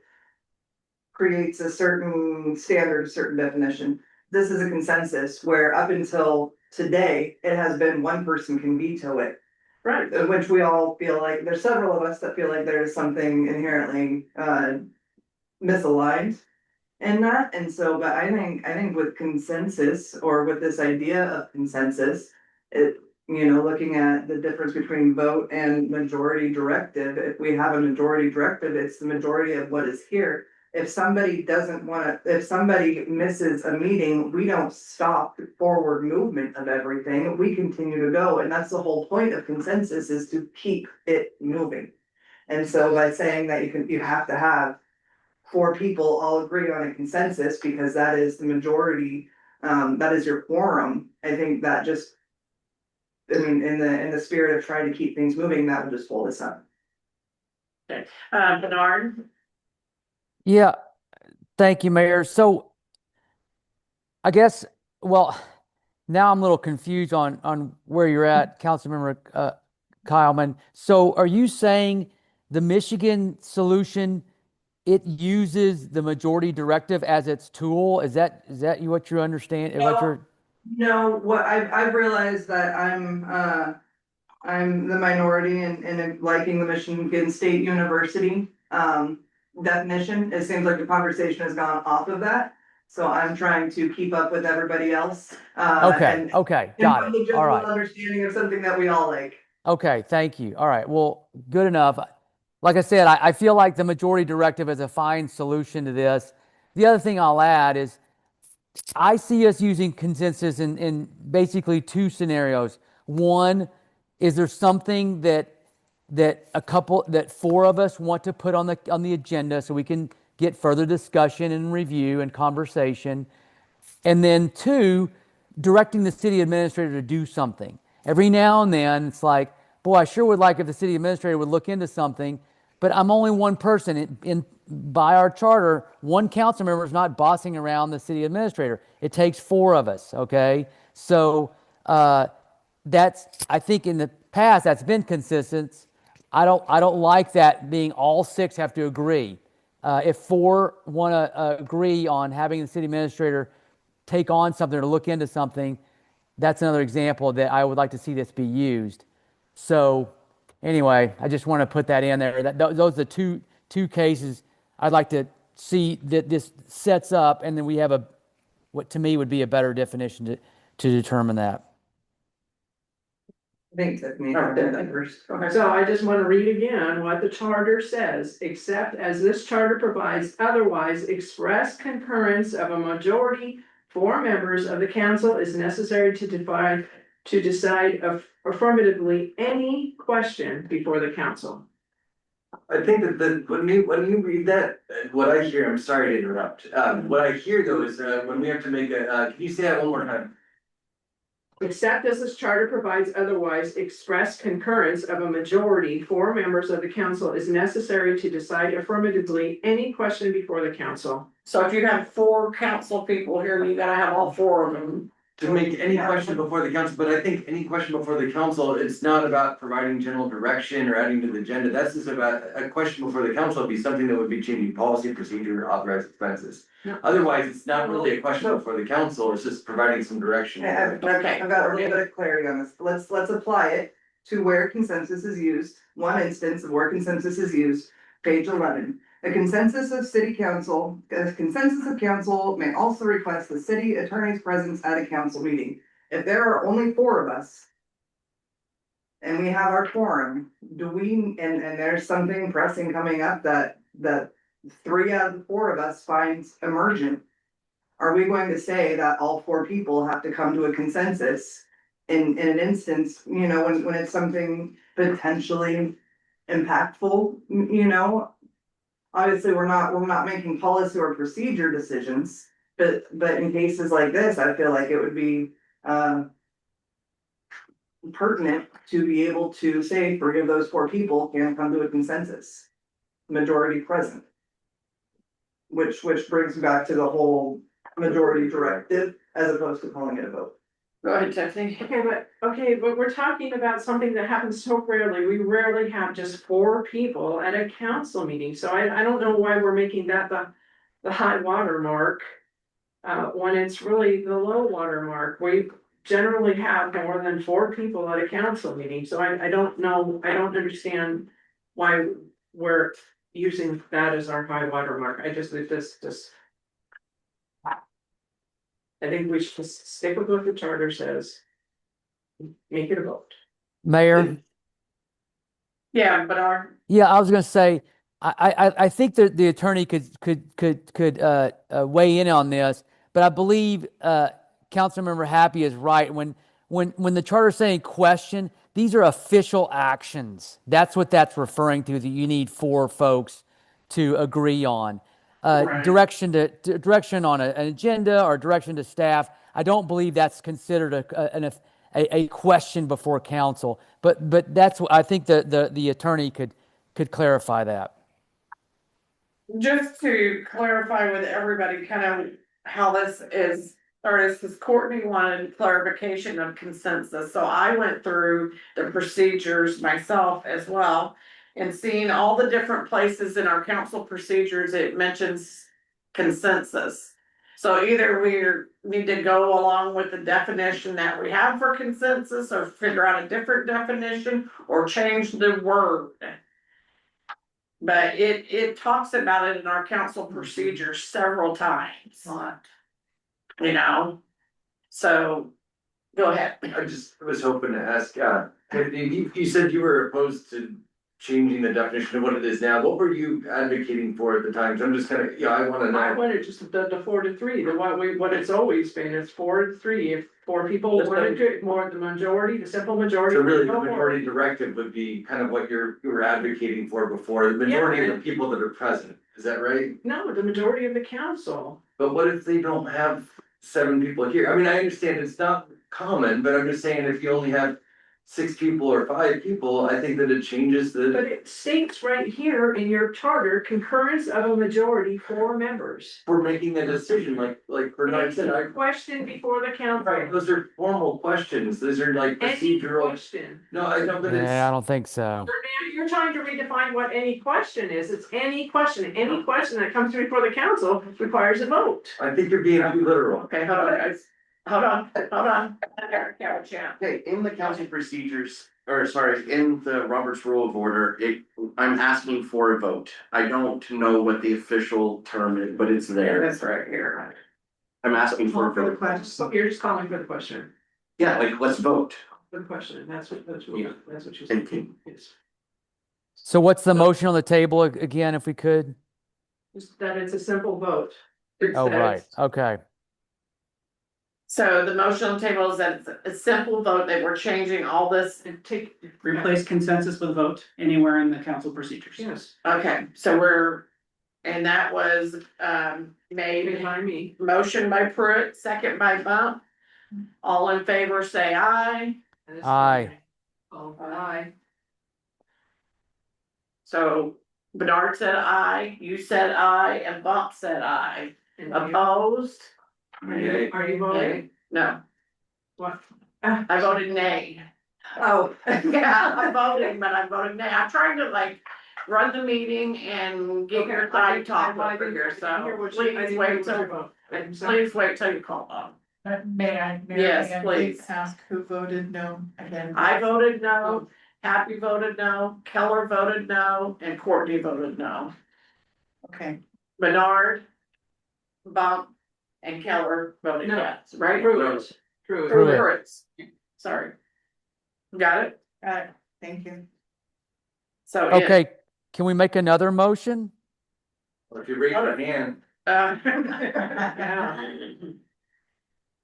Can I make a motion? So that one fell, okay? Okay, so I move we adopt.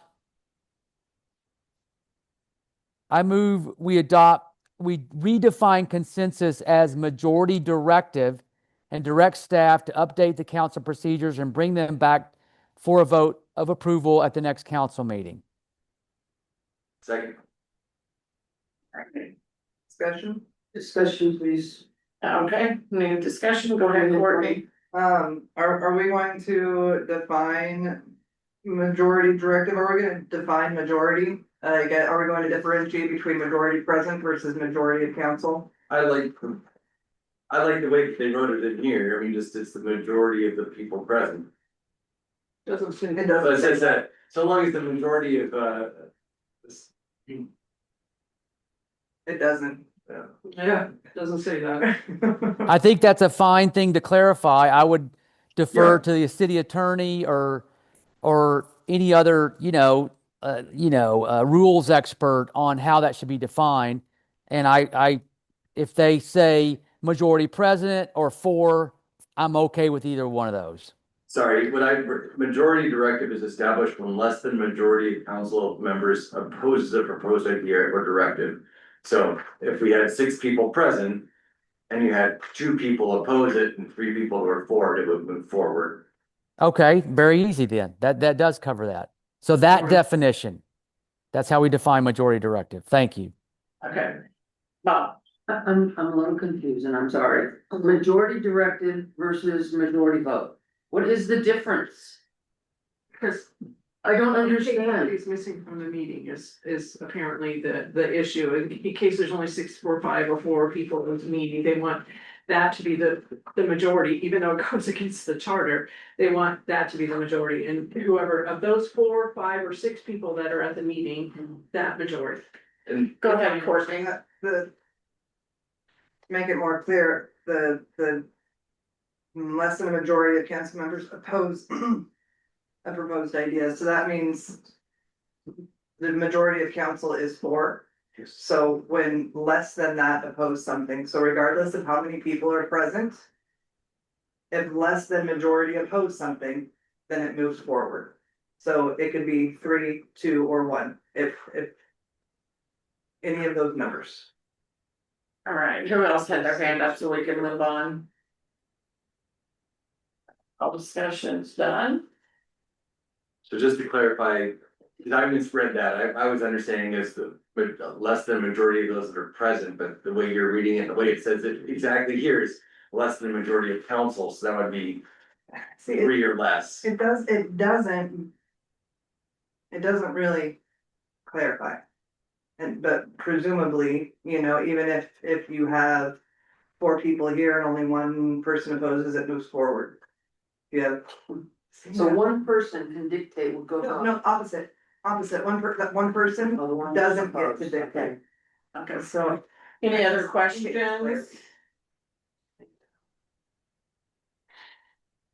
Mary Ann doesn't speak up very often, so then when I hear you saying something, I like to just. Well, it just makes, I'm sorry, it just makes no sense. Majority directive versus majority vote. And the whole idea of doing this is to make it where it's very clear to this council and future council. That we wanted it to be in the procedures, and that way this question quits coming up. So then the procedures will offset the chart. So, It already does. okay, Kelly. Okay, please, there are definitions in various industries for different terms. In legal land, a question is different than in our vernacular in which we just speak. There are definitions. Okay, so in legal land, a question is an official doing, like a big deal thing. And I don't feel comfortable putting vote in reports, in comments. Like that, the votes are for action items. That's where votes are. A majority directive is just a lesser definition of a vote. That's all this is. Because a vote has a very specific legal term in this area, not in terms of like hanging out with our friends. Like, we have to understand that these terms have meanings for a specific use within the law. Mayor, if I could, real quick, Real I quick. would be happy to amend my motion to say something to the effect, what I said on majority directive, assuming the attorney concludes that this does not violate our charter. I don't want to violate the charter either, but I think he's going to conclude using majority directive as a way of addressing, these types of consensus issues does not violate our charter. So I'm happy to make that amendment if that would shore up support from folks like Councilmember Bump.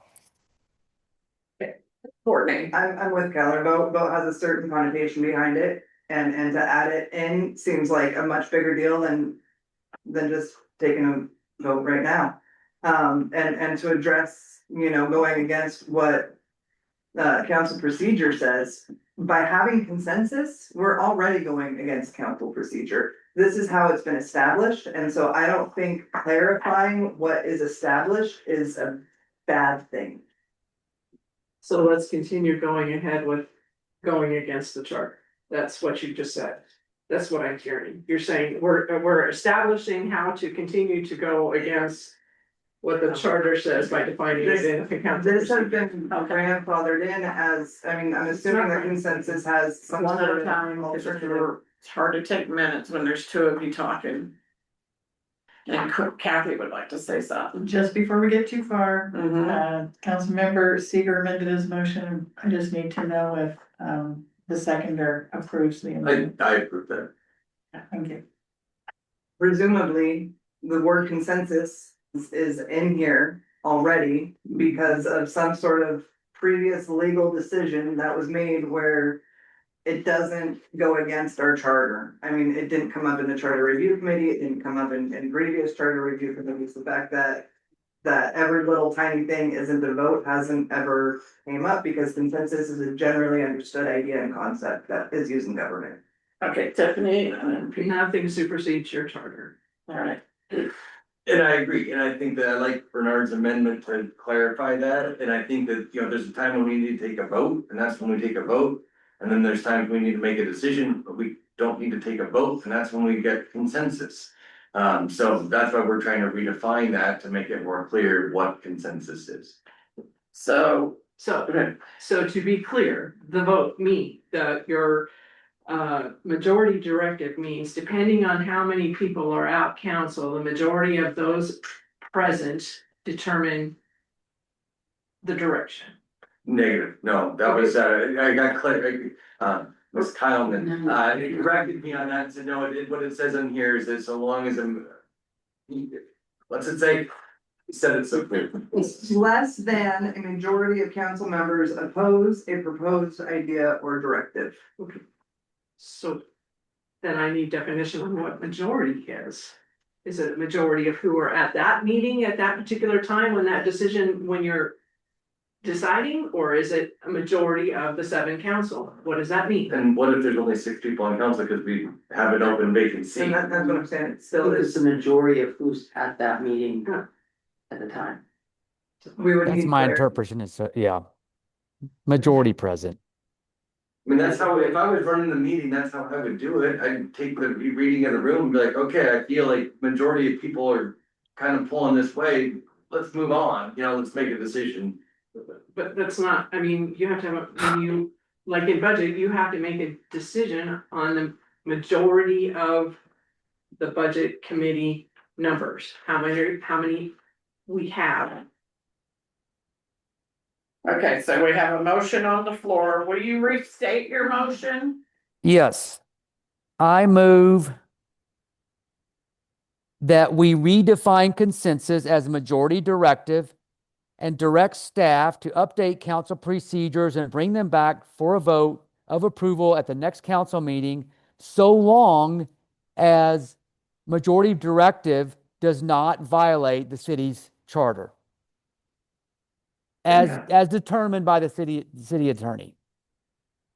And the way that you interpreted majority directive was the majority of council that are present, not the majority of council that Yes, are on. that is correct. Thank you. I'll second that. All right, so we got a motion and we got a second, and we've already done our discussion, so all in favor, say aye. Aye. Opposed? Aye. So, Mary Ann, did you vote? No, I didn't. Did I abstain? Yeah. You can abstain. Okay. So Pruitt voted no, Bob abstained, and everyone else was ayes, correct? So Seeger, Courtney. Yes, ma'am. Happy and Brett passed that. All right, thank you, guys. And you got all that right, Jordan? Yep. I'll watch the video and make sure I got it right and then talk to Ruth. All right, reports and presentation, we got committee reports, tourism.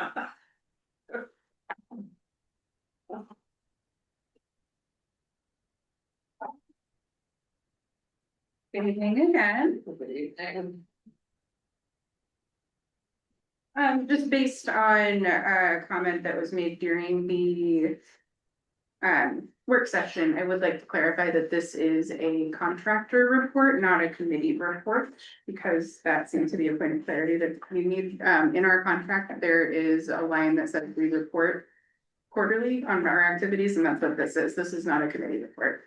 The committee did see this at their meeting last week, but this is not a committee report. That should be completely clear. All right.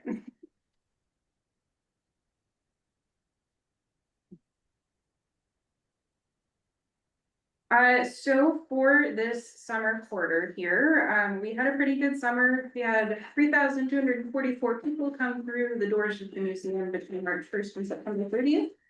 And as of September 30th, we were continuing to see strong visitation on sunny days through October. Visitor inquiries are up 45% from 2024, and we still attribute that growth to year-over-year awareness. Local frontline staff training, so like when people go and ask a question at the grocery store, they know that they can send them to the museum for info. Improve signage, creating and optimizing that separate visit cascade box listing on Google Maps and other databases.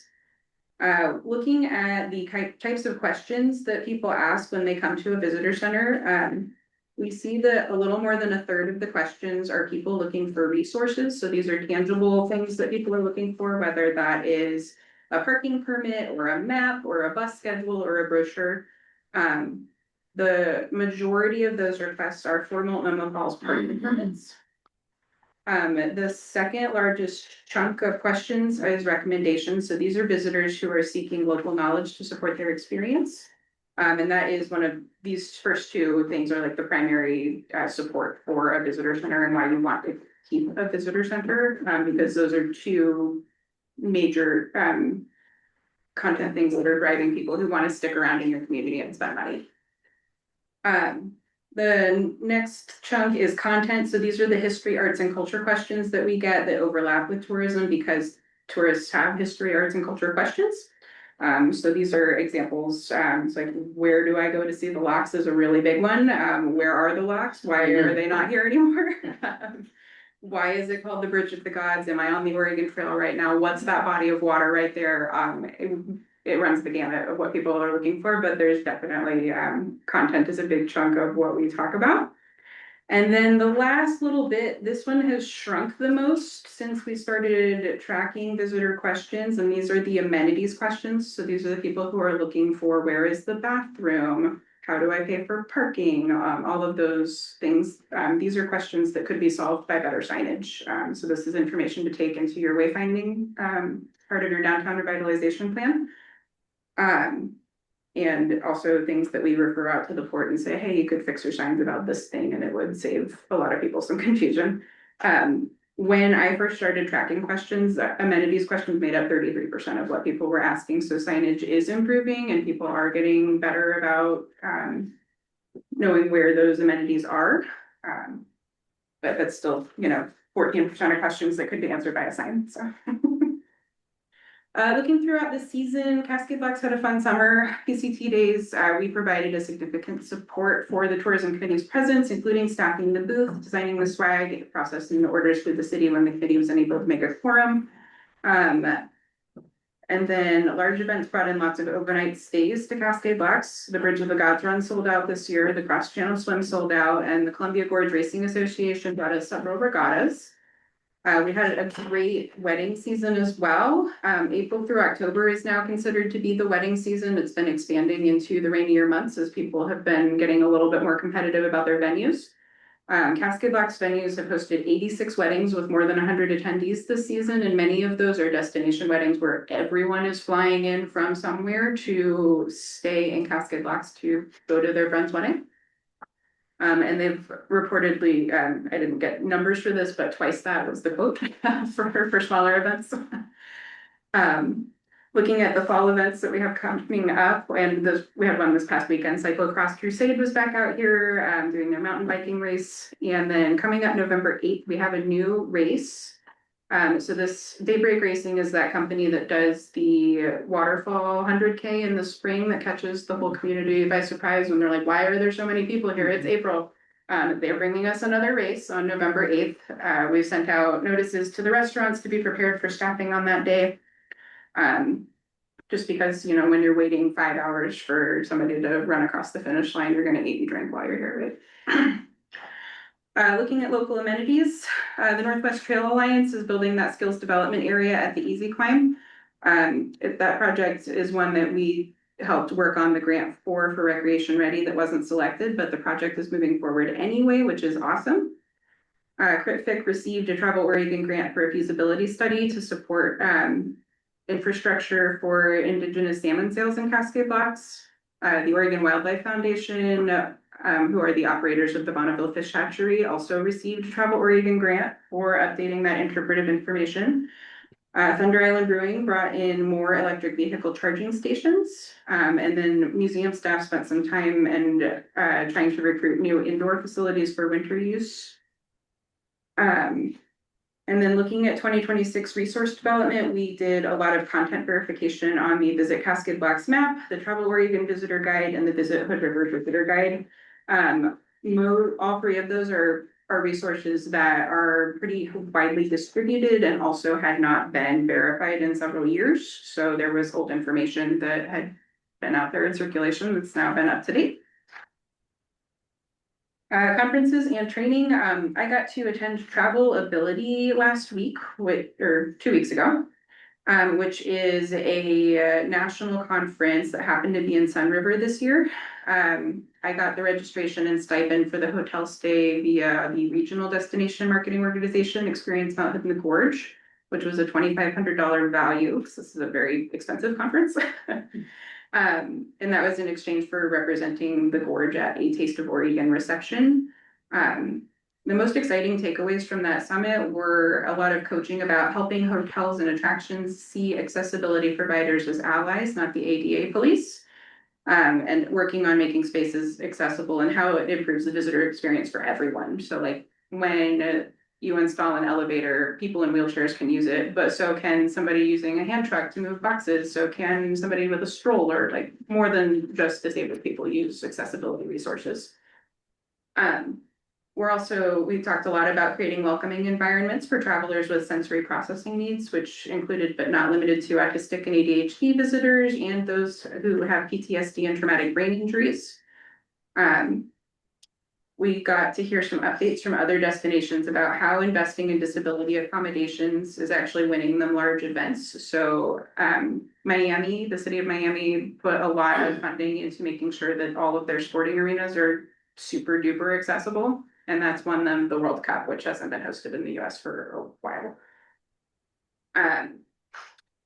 And the other outcome from that is that when you buy amenities for visitors, so for example, things like Moby Mats, which are these mobile wheelchair access things that you can put on beaches or on other uneven surfaces.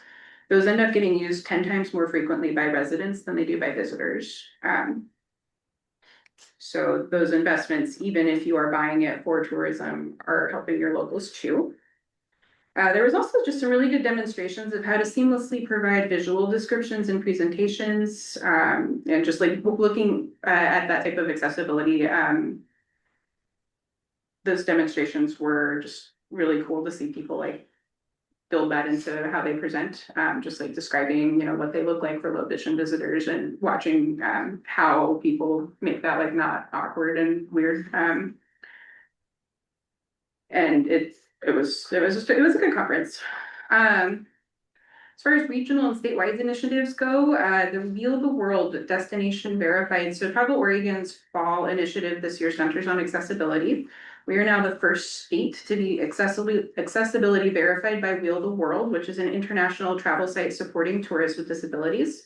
I supported Cascade Locks businesses in getting verified under the West Gorge, or the West Columbia Gorge destination page. So we split our verification with Troutdale. So in the website, what they've built out is an experience that includes the entire Western Gorge. So you are getting information about riding the stern wheeler, going to Brigham Fish Market, going to Multnomah Falls, and also going to a couple places in Troutdale. So making sure that and all of our businesses that were evaluated under that scored at least a 4 out of 5. So we're doing better at accessibility in Cascade Locks. The latest itinerary for the accessible road trip around the Mount Hood and Columbia River Gorge uses the Sternmuller and the Bonneville Fish Hatchery as the featured attractions for that road trip. And our regional marketing highlight, so the big push for this with video content and with paid advertisement placements all over the world was last week, October 20th. I did not update that after the tourism meeting. So a lot of marketing went out about us as an accessible destination because of that. And it's something Travel Oregon paid for that we didn't have to pay for. We just put the time into it. Pulled the lodging reports. So looking at year-to-date, the Mount Hood and Columbia River Gorge region is actually outperforming statewide and national trends and showing minor year-over-year growth. So when we provided that forecast in budget season, we're keeping pace with what we had suggested, that you're just enough growth to keep pace with inflation. We're nailing it. Hood River County is leading the region in all of the lodging reporting categories as well. And then looking at our transient lodging tax receipts just for the city of Cascade Locks, this is the total. And I believe that we talked a little bit in the work session about wanting to see the difference between pandemic rebounds, and we have rebounded from that and surpassed where we were prior to 2020.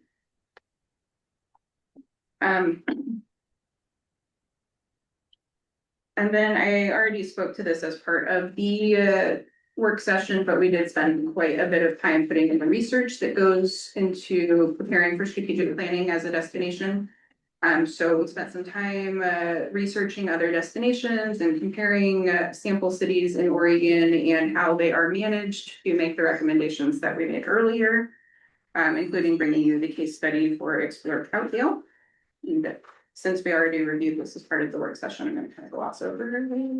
Instead of bringing it out. You don't want to do it again? Okay. Other industry reminders. So coming up, one of the benefits that is offered in exchange for that 1.5 statewide lodging tax is a free basic listing in the printed and digital visitor guides for Travel Oregon. Any of our lodging properties that pay that tax are eligible for that free listing. So when you're talking to your friends who own hotels, make sure you remind them that they need to log into Orla and double check their information by November 21st to qualify. Last year, by reminding our lodging properties, we increased by several listings. So it makes a difference to make sure that we're reminding people that they need to log into this database that they think about once a year. This is another benefit that you could use if you have a small business, local, if you have, it's a software platform where if you have a business that's tourism facing, you can use this to update Google Maps, Apple Maps, and 60 other directories all at the same time instead of logging into each one. And this is free for our tourism facing businesses to use, and it's amazing. It's so much easier to keep up with that kind of stuff instead of going onto Facebook and onto Apple and onto all of those little places to update your hours when you're gonna have a closure. You just do it once. So I would continue to encourage businesses to sign up for that. And I don't have to tell the city council about the road work and ODOT. I think you're all already pretty familiar with those projects that are going on. But that is affecting the visitor experience in Cascade Blocks because especially with the closure for Multnomah Falls on the historic highway being on our side this year. Yeah. And then recommendations, as we reflect on the last 2 years, the museum's most significant contribution to Cascade Blocks tourism is bringing our destination into alignment with these statewide and regional messaging projects. Through visibility in the tourism industry professional sphere, we developed the relationships to support this work, and also we have improved representation of Cascade Blocks in those larger marketing programs, joint projects and resources and PR coverage than we could have ever had the capacity to engage with on our own. Having that responsive relationship with these entities has helped us proactively participate in tourism as a statewide industry. And that's really hard for me to come in here and translate, and I am doing my best. But basically, like the fact that we're working with other organizations means that we're benefiting from their marketing campaigns in a way that like we don't have the capacity to manage like an AI driven national digital campaign. Like that's just not what our tourism has been built out to support at this point. But we benefit from it when Visit Hood River does one, and when the Experience Columbia River Gorge does one, when Travel Oregon does one, and we participate, we get the benefits from that without having to do it ourselves. And I think the second most significant accomplishment is the proof of concept. There is a full-time tourism job's worth of work to do in Cascade Blocks. This is a network and relationship heavy industry, and you need at least one person working on it full-time for the health and continued relevance of Cascade Blocks as a destination. I stand by my recommendation from earlier that I think that you would really benefit from hiring an employee to do this, rather than going back out for RFP. And I am open for questions if they didn't get enough earlier. Tiffany? On page 3, you have included the Bonneville datum. I know that it's kind of a weird thing. They are considered Cascade Blocks in our mailing zone, but not our county, mailing in our phone, but not our county. So are they part of Cascade Blocks? They are not within the city limits, but they also don't have lodging properties that would be paying UTLT anyway, but they are a huge attraction for us, right? So as far as people coming specifically to see a lock, that's where we have to send them because that's where the locks are, right? If people love Herman the sturgeon, they love the fish hatchery. It's a really big attraction that we benefit from working with. The lift on that and the partnership on that was very minor. It was a letter of support for the grant. And then my other question was, on page 4, you mentioned the West Columbia Gorge. Now, we used to belong to that chamber. Do we, because we had a meeting recently where they came to town and the mayor and I went to, and they said we were no longer part of that. Are we part of that chamber? I don't believe that you have been a part of that chamber for a couple of years. Yeah, the city is not. We were when I got here. I didn't see the value in continuing that relationship. Up until that meeting last month or earlier this month, whenever it was, they did zero outreach with us, nothing that I could see. You have to keep in mind that chamber, so when the city of Troutdale changed that TLT allocation over to being an employee position instead of going to the chamber, that was a huge shakeup for their organization, and they took several years to recover from that financially. So they are just now to a point where they can do that outreach. Hypothetically, I don't know them very well, but like knowing that about their organization makes me think that would be huge. Okay, so but we see no benefit in being part of that. Is that? So Cascade Locks is covered by 3 different chambers of commerce, right? And I feel like this comes up every time we do any kind of business meeting, whether it's, oh, is Skamania Chamber serving us, is Visit Hood River serving us, is West Columbia Gorge serving us? And the answer is all 3 kind of. And that's kind of the challenge with chambers in Cascade Lock specifically, is that like, which one do you pay the $300 to be a member if you have a business? Do you do all 3? That's a lot, like, okay, and I can't fix that, but. You're good. All right, Bernard? Yeah, thank you, Mayor. So one, now I'm seeing the revenues, Mr. Bennett, but I didn't look there. You know, if that's what you were referring to, I apologize. I looked at the email you sent and it didn't show it there, but obviously we've got the good report here, so thank you. And that's what I expected. So it's amazing how our TRT revenues have bounced back since the pandemic. And again, I applaud the tourism committee, Ms. Crane, all the work everyone's doing. I mean, our restaurants are doing a great job. They're doing, you know, music in the evenings, and all these different events and efforts are bringing more folks to town, and we're all benefiting. So I just applaud everyone on their work. With regards to the West Columbia Chamber of Commerce and the other ones, look, is that how much it costs, Jordan? $300 to be a member? I don't remember off the top of my head. I would say on average 150, give or take. Yeah, to me, that's a small price to pay to be in their brochures and have them as an advocate for us. So I would be supportive of that expenditure going forward, as well as Skamania and Visit Hood River. Thank you. Courtney? Yes, I got a couple questions. What's the difference? So this little graph here says CLT receipts. Is that the same as CLT revenue? So this is data that's been pulled off of Travel Oregon's lodging reports. I don't have access to your financial system to see what has gone through that. This is a publicly available report that I have pulled. They should match, but. Except for we don't know what we've spent on tourism. What? No, receipts is like gross money. What you get from. Yeah, right. But you've gotten, you said that you don't have access to the expense reports and for tourism. Shoot. If he doesn't directly, then have to ask staff to provide it. Okay. Yeah. Then my other question, it's my understanding that right now, our tourism visitor information, since it's tied to the museum, is closed 6 months out of the year, is that right? Or is there an We are alternative? closed November 1st through February 28th, so 4 months. So 4 months.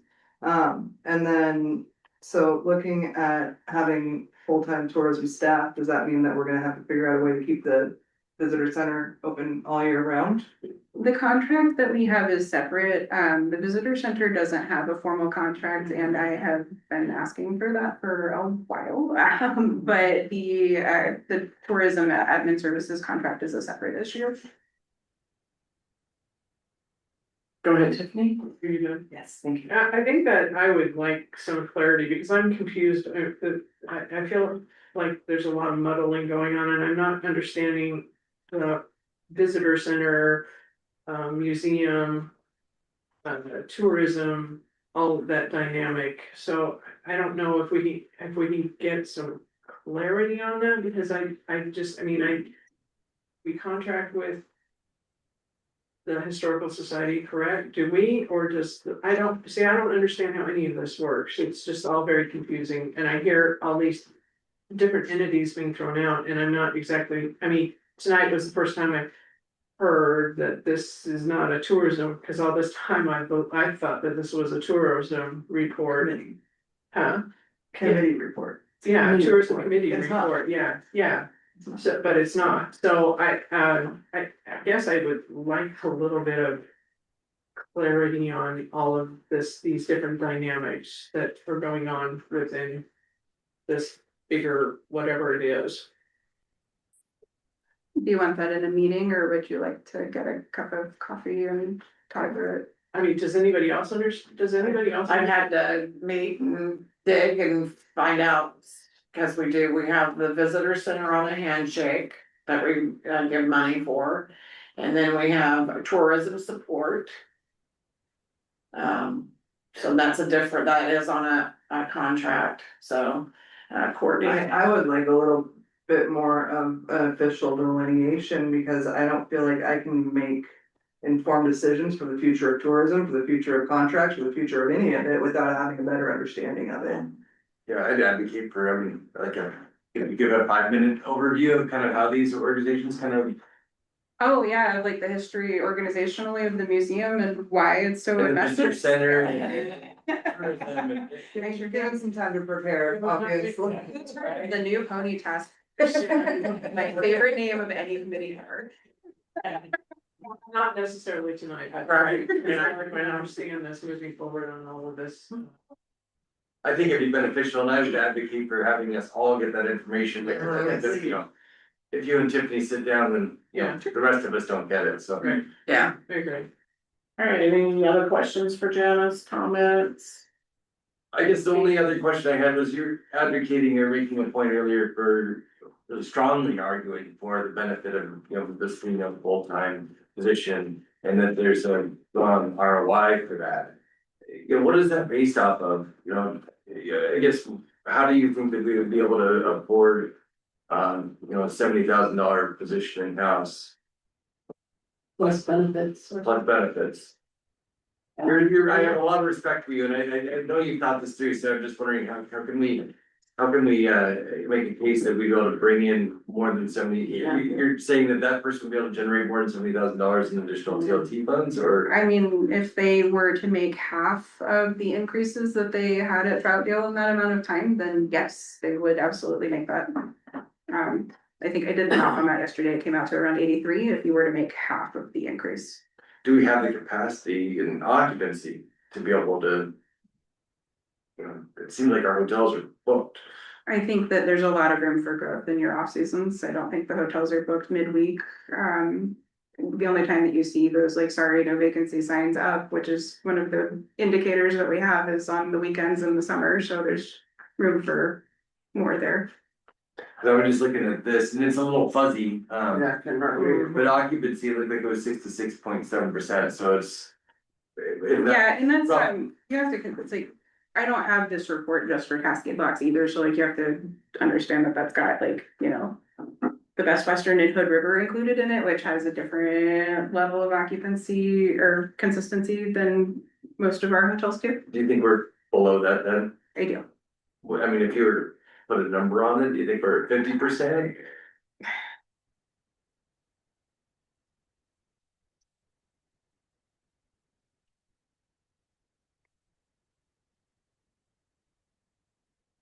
So this is saying for Hood River County, year to date, the occupancy rate was 72.2%. I would say for Cascade Blocks, you're probably looking at closer to 60, but that is a wild guess because I do not have that data, so. And so we're, you know, just under 300,000 for our annual TLT receipts, and we're at 60%. And we increase that, it'd have to be a 20% increase in occupancy to pay for the $70,000 salary. Is that accurate? I mean, you could do that using the money that you already have, though. You've got, what, almost $300,000 in total receipts, so roughly $100,000 of that is designated for tourism. If you were to create a position using those funds, then you would have somebody doing a lot of the work that is costing you money. So we can use the TLT funds to You actually. can fund use it. the TLT funds to fund a position, yeah. And then what else are we using those TLT funds for right now? Cause I know that, are we using them for some of the bathroom upkeep and maintenance? They budgeted to put that in this year's budget. I have not seen how those allocations have played out. None of that actually been spent yet. Thanks. Yeah. I think Counselor Happy's point, to hire somebody for the salary we're assuming it would need, we'd have to find additional funding, whether it's from the general fund, from the port, or them. The TLT currently brought in the 30% split is not enough to cover a full-time position. And I'll agree with Janice that there is enough work for a full-time person to do tourism, to do economic development, to work on bringing things in during that off-season. As she mentioned, we had a very brief conversation about a group that wants to put an ice rink somewhere in the gorge. I mean, why not Cascade Locks? I mean, having committed staff doing that in partnership with the port. They focus on their portion, we focus on our portion, we all synergy, work together, all that fun stuff. But I do think there is enough work for a full-time person between tourism and economic development. Is there a way to do that? So you're saying there'll be some cost sharing for that specific person? Yes, because we currently, the TLT, we bring in designated for tourism, not enough to pay for the person. Also, TLT funds can only be spent on tourism, so their salary, if it was 100% tourism money, they couldn't do economic development. So a portion of their salary has to come from somewhere else to justify them doing economic. The way I see it though, is our economy is tourism for better or worse. So having them work on the downtown plan, improving streetscapes, improving wayfinding signage, working with businesses to recruit them, bring in an ice rink, whatever it is, to me is tourism. The state may view it differently. So. If that makes sense. Any other questions? All right. Thank you so much, Janice. Appreciate it. All right, moving on. Community liaison report. Unfortunately, Jake is sick today. He was out, was gonna try and power through and come in, just couldn't make it. So I can read it. I'm sure you've read it all. We can table this for him to do it in person on the 10th or in December. The 10th is getting pretty full already. Up with council, how they want to. You guys would like to table it and have him come? Yeah, let's table it. Okay, Mayor, we can look at the 10th agenda. Yeah. I don't wanna overdo the 10th. No, I don't It's starting to happen. Yeah. Okay. Would he have to report, or could he just be present and we could ask and find out more information that, you know, have a chance to have some one-on-one. Yeah, that's, time with them. and that's really what it would be those, that one-on-one ask questions about this, how things are going, Yeah. not so much the report itself. All right. Okay, so, but at some time, are we gonna get the report, or should you just read it, get it done with, and then you can talk about it? I mean, Up to you all. I mean, this same report plus whatever else has happened can be presented. Yeah, I say. I support tabling it. I do too, because we got 20 minutes and we have a ways to go, yeah. Table it. So we're gonna table it and we'll bring it back with him on. We'll see what. Sometime in the future. Yeah, cause 11:10 meeting's looking full. Yeah. Will you let him know? Thank you so much for that detailed report. Yes, Thank yeah, you. no, he has been fantastic. He hit the ground running. Glad to hear it. All right, audit update. All right, audit selection requests have been submitted and the report is still slated for completion by the end of November. The PBC list for FY 23-24 has been received by the city and currently being worked on. February, on Friday, 10/24, Shantae wrote this, Jordan and I met with the auditors to brainstorm ways to hasten the auditing process. They suggested working with Sarah Johnson, who will help the Hood River County with their backlog of audits. In this scenario, Sarah and Shantae would work extensively together, hopefully to shorten the timeline, schedule updates. So we have reached out to Sarah to talk to her to see what that would look like. But I think getting the read of council, getting audits completed is one, and then everything else is 7B. Like, this is the main priority for council. I don't know what that cost would be, but putting additional resources and mostly funds towards this to get it caught up. This would have a couple benefits. A, obviously getting the audits done, and B, it would free up staff to do other things besides audit work. So once we have more details, it'll be presented to council. This is where we're at. And again, no major changes in the current timeline.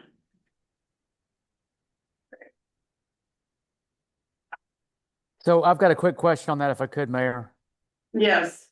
So it's not clear to me, when are I had requested the last meeting that we could see if we get the auditors in before their presentation, which looks like it'll be December.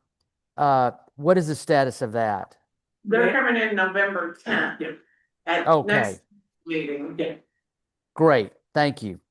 Yes. All right. City Administrator Bennett report. All right, so you probably noticed this, week's report is quite lengthy, and I can't remember if I put it in my email to council or not, as part of the Yes. work plan development.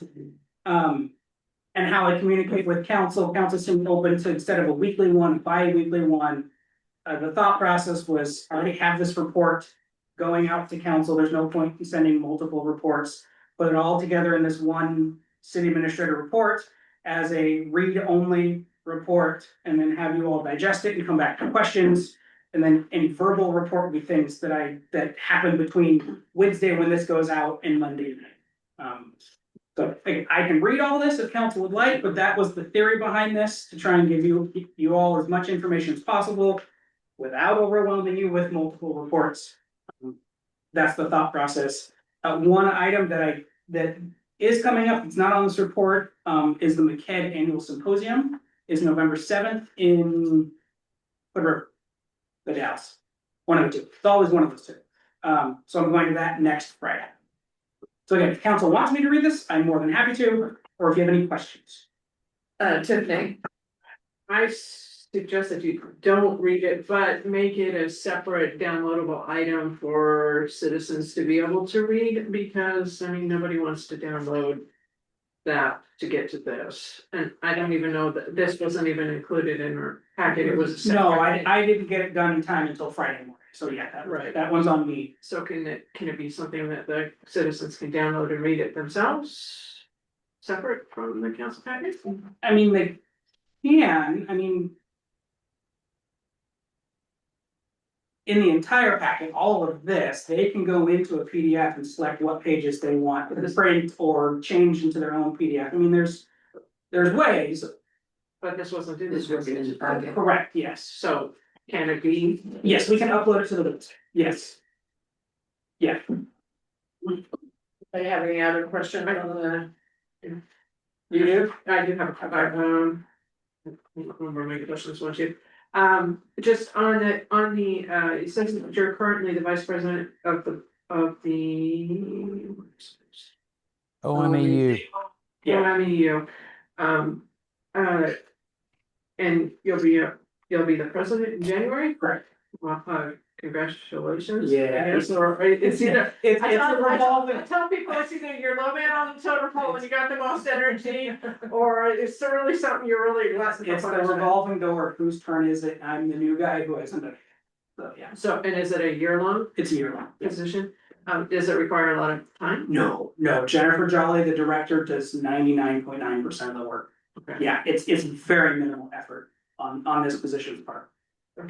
Yeah, and that was, other than all the errors, that's. Grammar's, I think I catch them, but. Any other, For that one. any other questions or comments? No. All right, so moving on to mayor and city council comments. How about you, Bernard? I've got nothing. Thank you. All right, thank you. Okay. I enjoyed the discussion this evening, the debate, I feel like, thank you for, putting consensus on the agenda so we could get clear on that, and I think it was, highlighted the way that we all read things a little bit different, and, so I think it's good to get some clarity on that subject, so I'm glad that we do that. And, appreciate everybody being here for the presentations this evening, and, I learned a lot, about wastewater treatment and also electrical stuff, so. Yeah. All right, thank you, Mary Ann. All right, thank you, Mary Ann. Eric, Echo Pete. okay. Tiffany, I just have one question. Is it permissible for people to vote by emoji when they attend meetings by Zoom? Is that, I had a complaint that somebody had done that or was doing For that? this meeting, for Not for this- council? not No, council, not for this for, meeting. for committee meetings. Do you know? Is that why having, By emoji? yeah, voting by emoji, no, Thumbs yes, up. no, no, yes, no, no, just voting with an emoji. Is that, I mean, as long as it's recorded in the minutes, again, I don't know the technicals, but. I'm assuming this is tourism. Is it tourism or planning? I think it was tourism, somebody made a complaint about tourism. And I just wonder, I mean, they should have to do a verbal, I mean, should that be a requirement of our vote, voting by Zoom? I mean, to me, it could be anybody pushing the button on the other side, it should be a verbal or something, I don't know. I mean, it's just something to consider.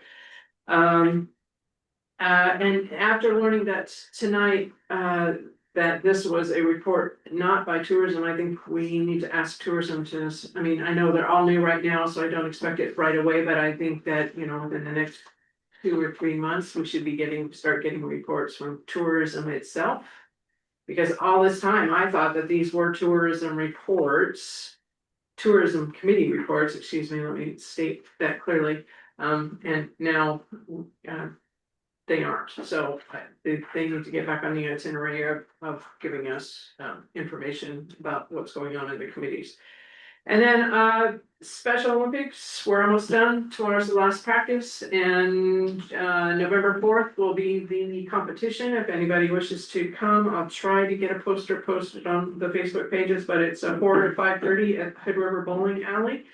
And these kids have been working really hard and we went up to, we have 33 participants this year, so that's an 18% increase over last year. So it's a lot of fun. You can't get rewarded any more than working with these guys. They're a lot of fun. All right, Eric, did you have something? I was just curious, how do you vote if you're nonverbal? Yeah. By physically being present or being like, cause the way I heard it, and I'm sorry to interrupt, the way I heard it was like either you don't have the screen and you can't nod, like your camera's off, or you don't have a microphone and you can't verbally affirm. I feel like you can do a thumbs up maybe if you can actually see that the person voting is the person, being represented in the meeting. And now to you, Courtney, for your comments. I am very grateful for our community liaison, ordinance officer, sorry. Community liaison. Community liaison, on their report, very happy to see that, a lot of really good discussion today, I really appreciated it, and I look forward to it. Make a motion to, oh, sorry.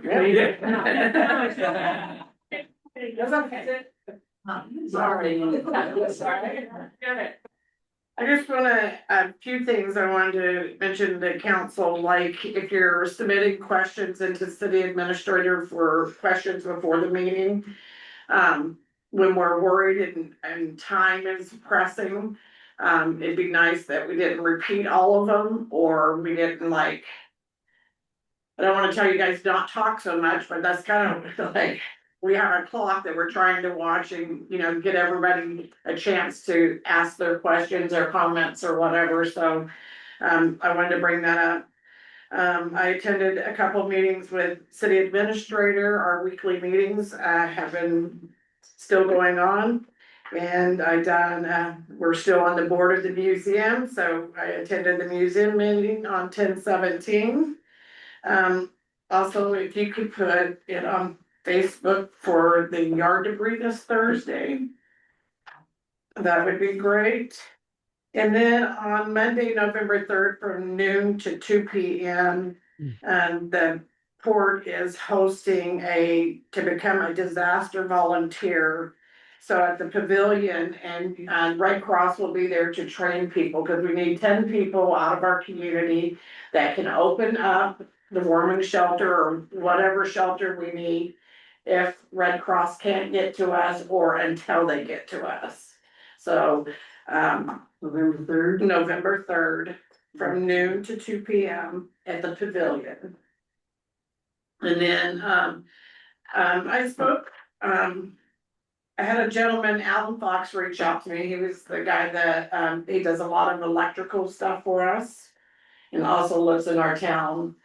And he reached out to me because he wanted to, make sure that we're informed of some very important things that are going on with our electrical.